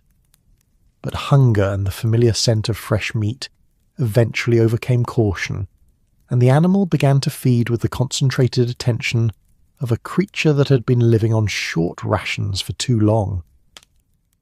Holmes held his breath as he watched the sedative begin to take effect, the wolf's movements becoming gradually less coordinated as the drug worked its way through its system. The animal did not collapse dramatically.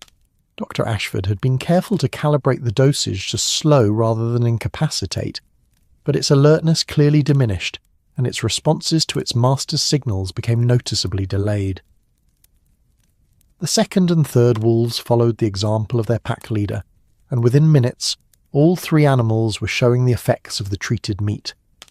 Their human companion, observing their unusual behaviour from his position among the outer stones, began to display signs of concern that quickly escalated into alarm as he realised that his carefully controlled situation was spiralling beyond his ability to manage.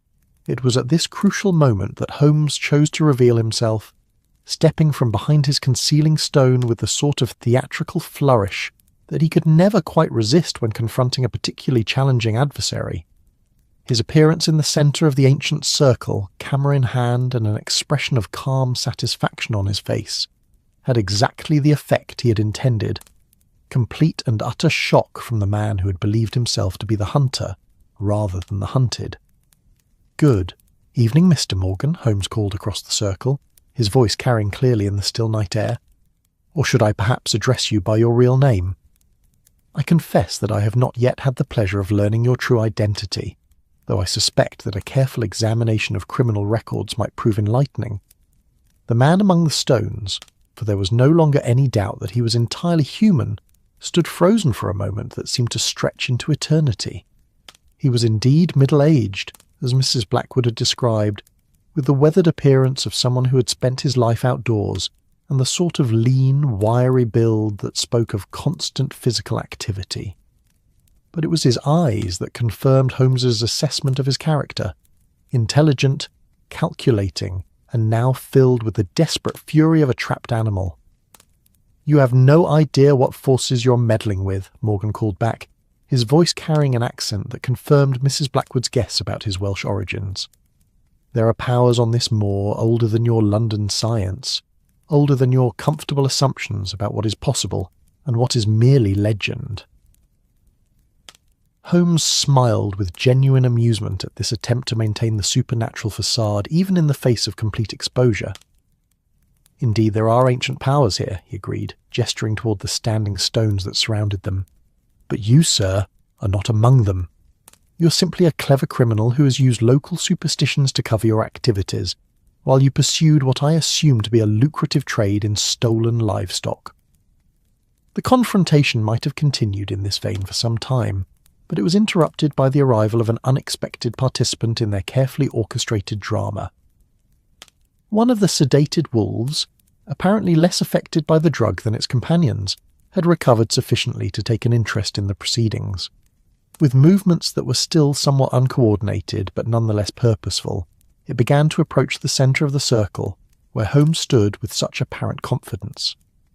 Watson, observing this development from his position behind the northern stone, felt his hand move instinctively toward his revolver, but Holmes, demonstrating either remarkable courage or remarkable foolishness, remained perfectly still as the great wolf drew near, his eyes fixed not on the approaching animal, but on its human master. "Call off your animal, Morgan," Holmes said quietly, his voice carrying a note of steel that had not been present during their earlier verbal exchange. "You have already lost this game. Don't compound your crimes by allowing someone to be injured unnecessarily." For a moment the tableau held, Holmes standing motionless in the centre of the ancient circle, the wolf approaching with predatory intent, and Morgan torn between the desire to escape and the knowledge that his trained animals represented both his greatest asset and his most significant liability. Then, with obvious reluctance, he whistled a complex signal that caused the wolf to halt its advance and return to a position near the outer stones. "Very good," Holmes said with evident approval. "Now, I suggest that we discuss the terms of your surrender like civilized men. You're outnumbered, your animals are compromised, and your escape routes are blocked. More importantly, your criminal enterprise has been thoroughly documented and understood. There is no longer any point in maintaining the pretense of supernatural activity." Morrison chose this moment to reveal himself, emerging from behind the eastern stones, with his constable's authority clearly visible despite the darkness. "Morgan Evans," he called, his voice carrying the formal weight of official proceedings, "I arrest you in the name of the Crown for the theft and destruction of livestock, the maintenance of dangerous animals without license, and the creation of public disturbance through fraudulent supernatural claims." The arrest proceeded with surprising smoothness, as though Morgan had accepted the inevitability of his capture once the elaborate deception that had protected him was finally stripped away. His 3 wolves, still groggy from the sedative but no longer presenting an immediate threat, were secured with the nets that Morrison had brought for precisely this purpose. They would be transported to facilities better equipped to house such dangerous animals, though Holmes privately suspected that they were probably less vicious than their reputation suggested, trained to kill livestock rather than attack humans, and dependent on their master's commands rather than their own predatory instincts.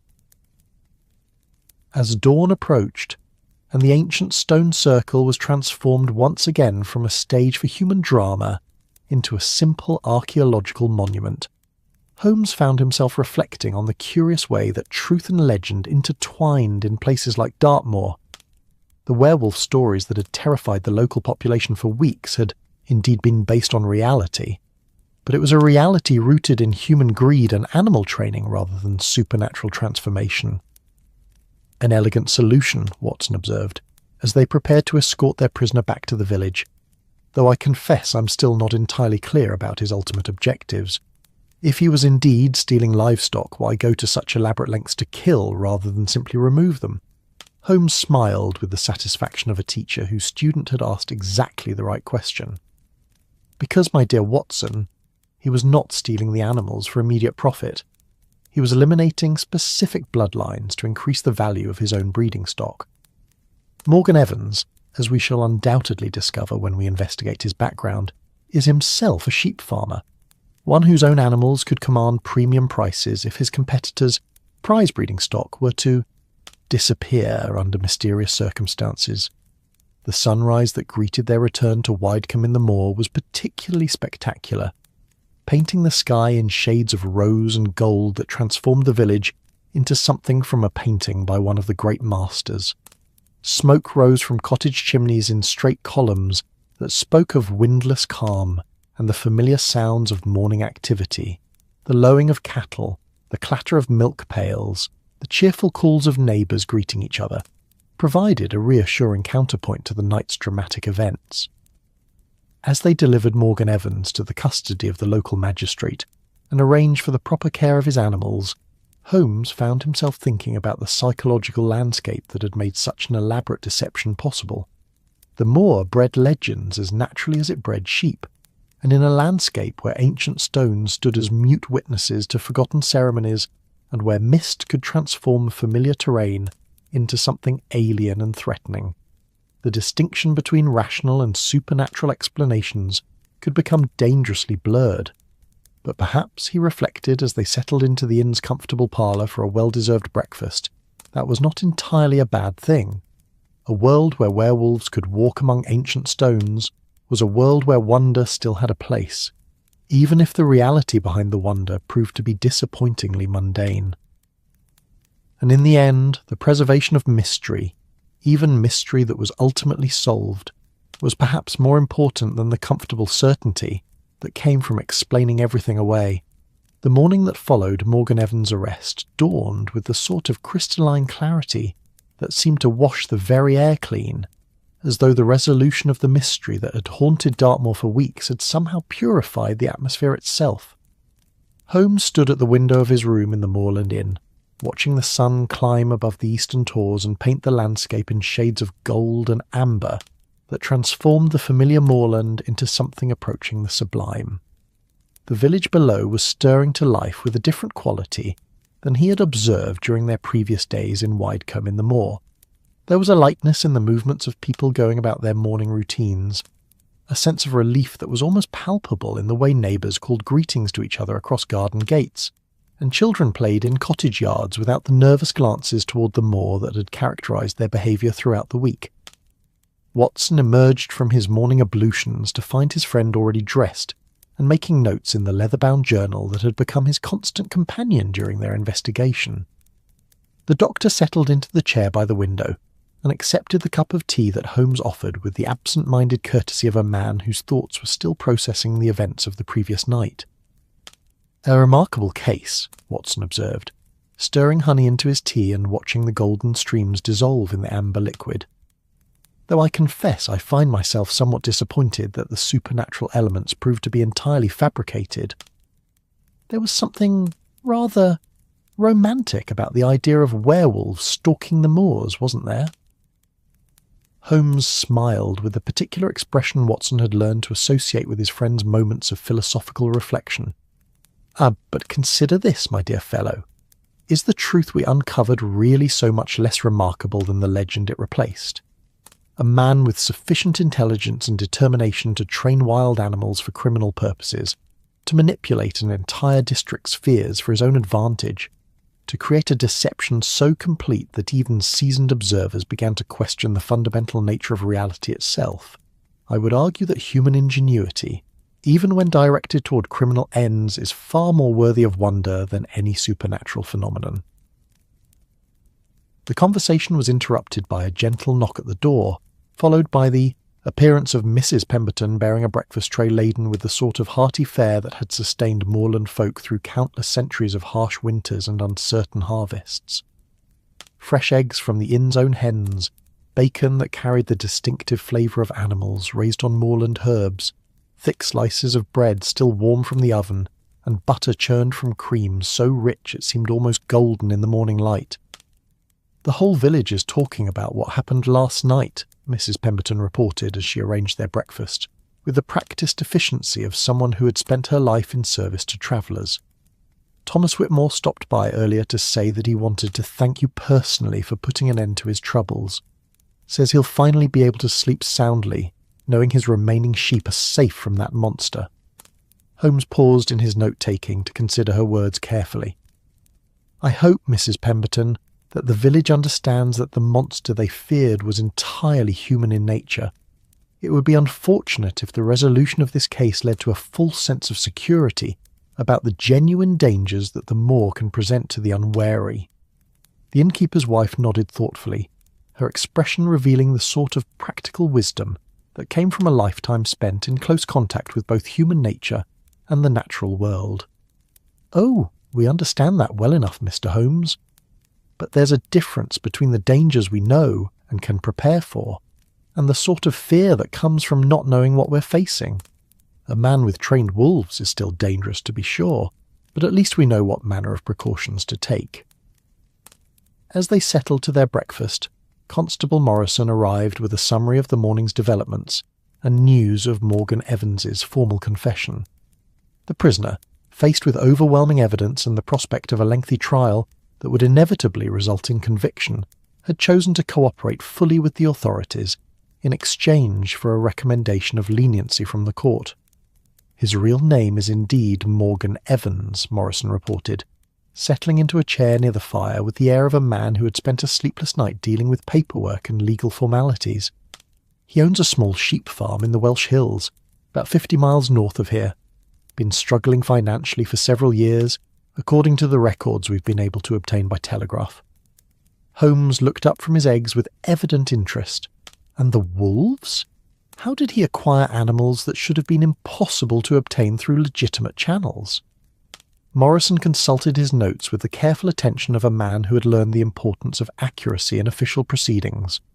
Purchased from a travelling circus that was disbanding after financial difficulties. The animals were originally captured as cubs in the forests of Eastern Europe and had been trained for performance rather than hunting. Evans spent months retraining them for his specific purposes, using techniques he claimed to have learned from an old poacher who had worked these moors decades ago. The picture that emerged from Evans' confession was both more complex and more human than the supernatural explanation that had dominated local thinking for weeks. He was not a monster driven by otherworldly hunger, but simply a man whose desperate circumstances had led him to pursue an increasingly elaborate criminal scheme. His initial plan had been relatively simple: to eliminate the prize-breeding stock of successful farmers in order to increase demand for his own animals. But as his activities attracted attention, he had been forced to adopt more and more theatrical methods to maintain the supernatural explanation that protected him from serious investigation. The decorative wounds he inflicted on the animals, Holmes observed, making careful notes about the psychological aspects of the case, served a dual purpose. They reinforced the werewolf legend while also satisfying what appears to have been a genuine artistic impulse. Evans may have been a criminal, but he was also, in his way, a craftsman who took pride in the elegance of his deceptions. Watson shook his head with the sort of bemused expression that characterized his reactions to the more esoteric aspects of criminal psychology. "I confess I find it difficult to understand how anyone could take artistic pride in the mutilation of innocent animals. Surely the economic motivation alone would have been sufficient to drive his actions. But that reveals the fundamental difference between ordinary criminality and the sort of elaborate schemes that tend to attract my professional attention," Holmes replied, settling back in his chair with the air of a professor delivering a lecture to particularly attentive students. Simple theft would have been far more practical and considerably less risky. Evans chose instead to create an elaborate performance that required months of preparation and constant risk of exposure. That suggests motivations that go beyond mere financial gain.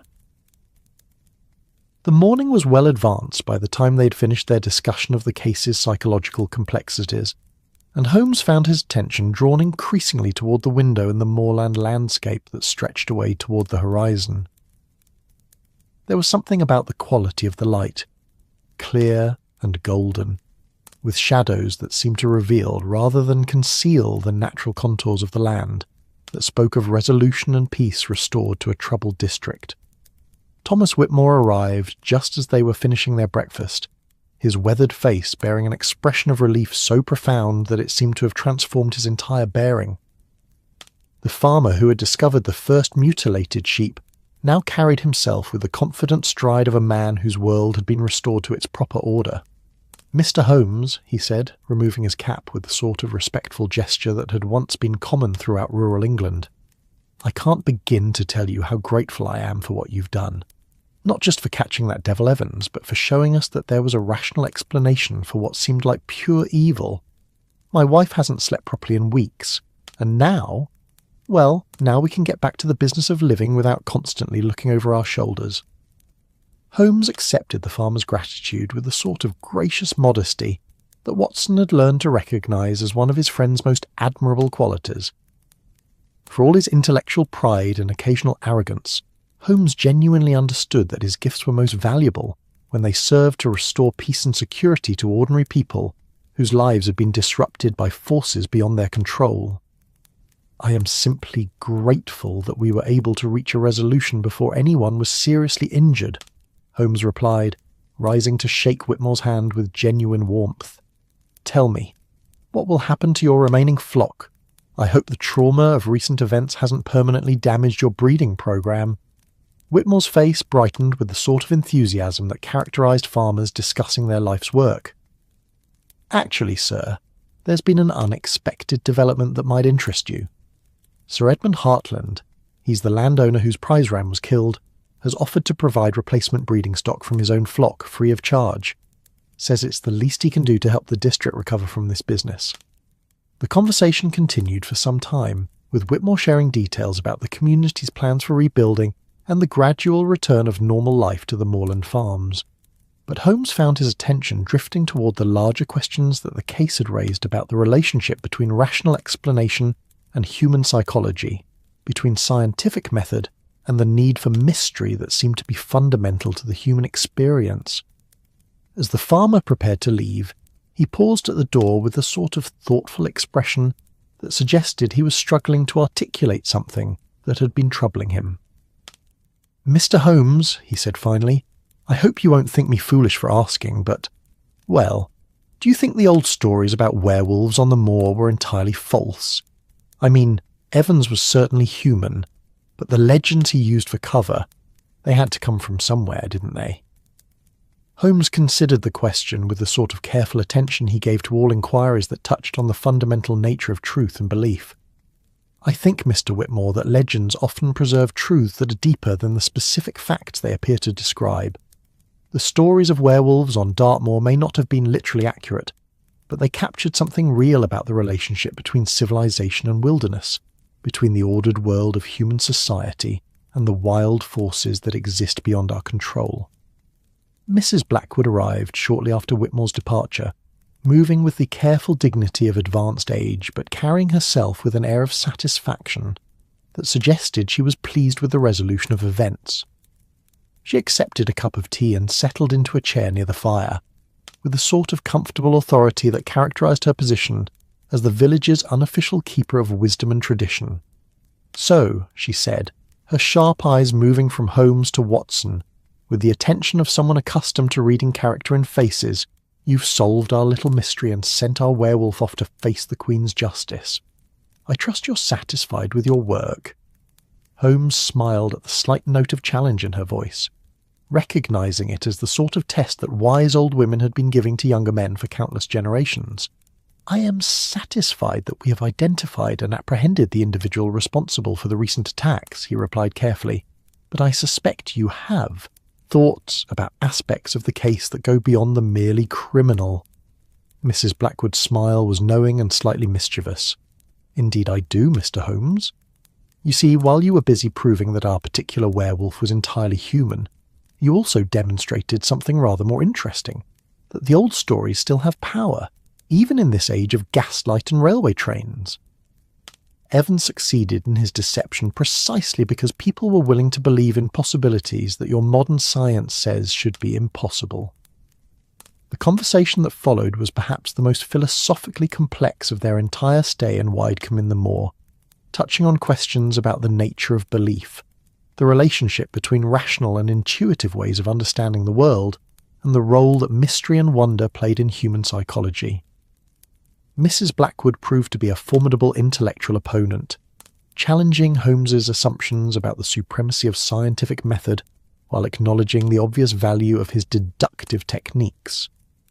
"The truth is," she said finally, setting down her teacup with the sort of decisive gesture that marked the end of a serious discussion, that places like Dartmoor need both kinds of truth, the scientific truth that helps us understand and control our environment, and the legendary truth that reminds us that there are still forces in the world larger than our human comprehension.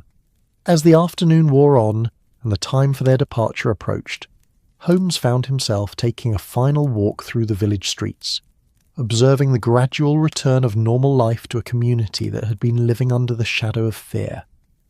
Children played freely in cottage gardens. Farmers went about their work without the nervous glances toward the moor that had characterized their behavior throughout the week, and the general atmosphere was one of relief and cautious optimism. The church bells were tolling the hour as they made their final preparations for departure, their bronze voices carrying across the village with the sort of measured dignity that spoke of centuries of routine and tradition.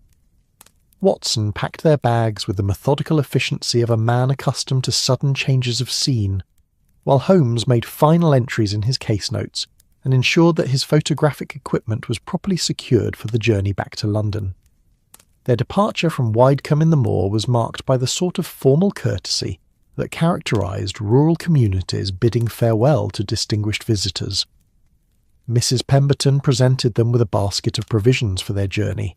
Constable Morrison shook hands with the gravity of a man who had shared dangerous work with trusted colleagues, and Mrs. Blackwood offered a final piece of advice that seemed to summarise everything they had learned during their stay on the moor.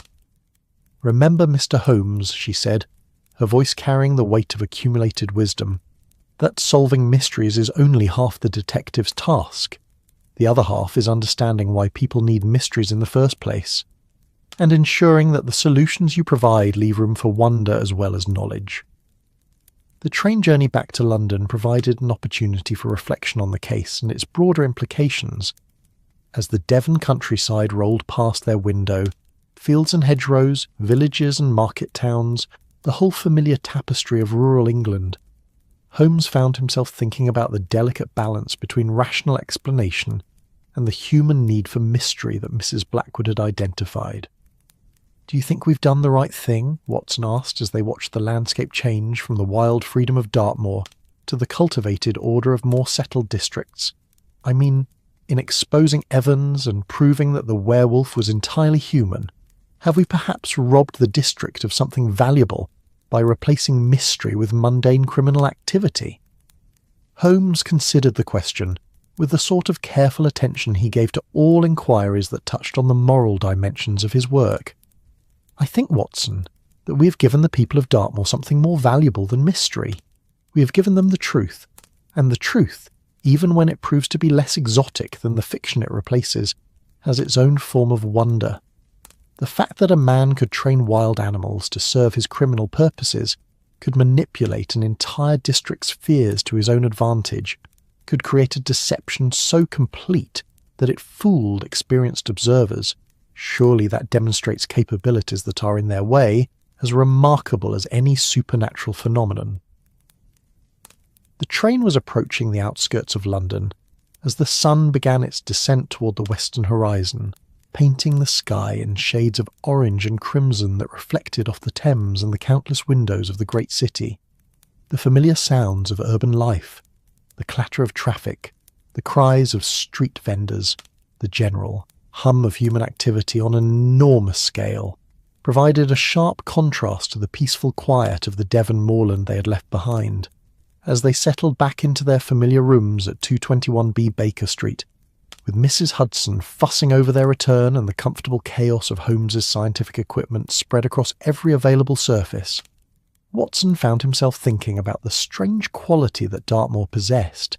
It's to make the impossible seem possible, to blur the boundaries between rational and supernatural explanation in ways that were both unsettling and somehow necessary. "You know, Holmes," he said, as they settled into their chairs by the fire, with the sort of contented exhaustion that followed the successful conclusion of a challenging case, "I think Mrs. Blackwood was right about one thing. Places like Dartmoor do need their mysteries, even if those mysteries sometimes prove to have entirely human explanations. There's something in the landscape itself, the ancient stones, the endless moors, the sense of continuity with the distant past, that seems to require legends as much as it requires scientific understanding." Holmes nodded thoughtfully, his long fingers steepled before him, in the gesture Watson knew indicated deep concentration. "Indeed. And perhaps that is the most important lesson we can take from our adventure in Devon, that the relationship between truth and mystery is more complex than either pure rationalism or pure superstition would suggest. The Werewolf of Dartmoor was certainly human, but the landscape that gave birth to the legend remains as mysterious as ever.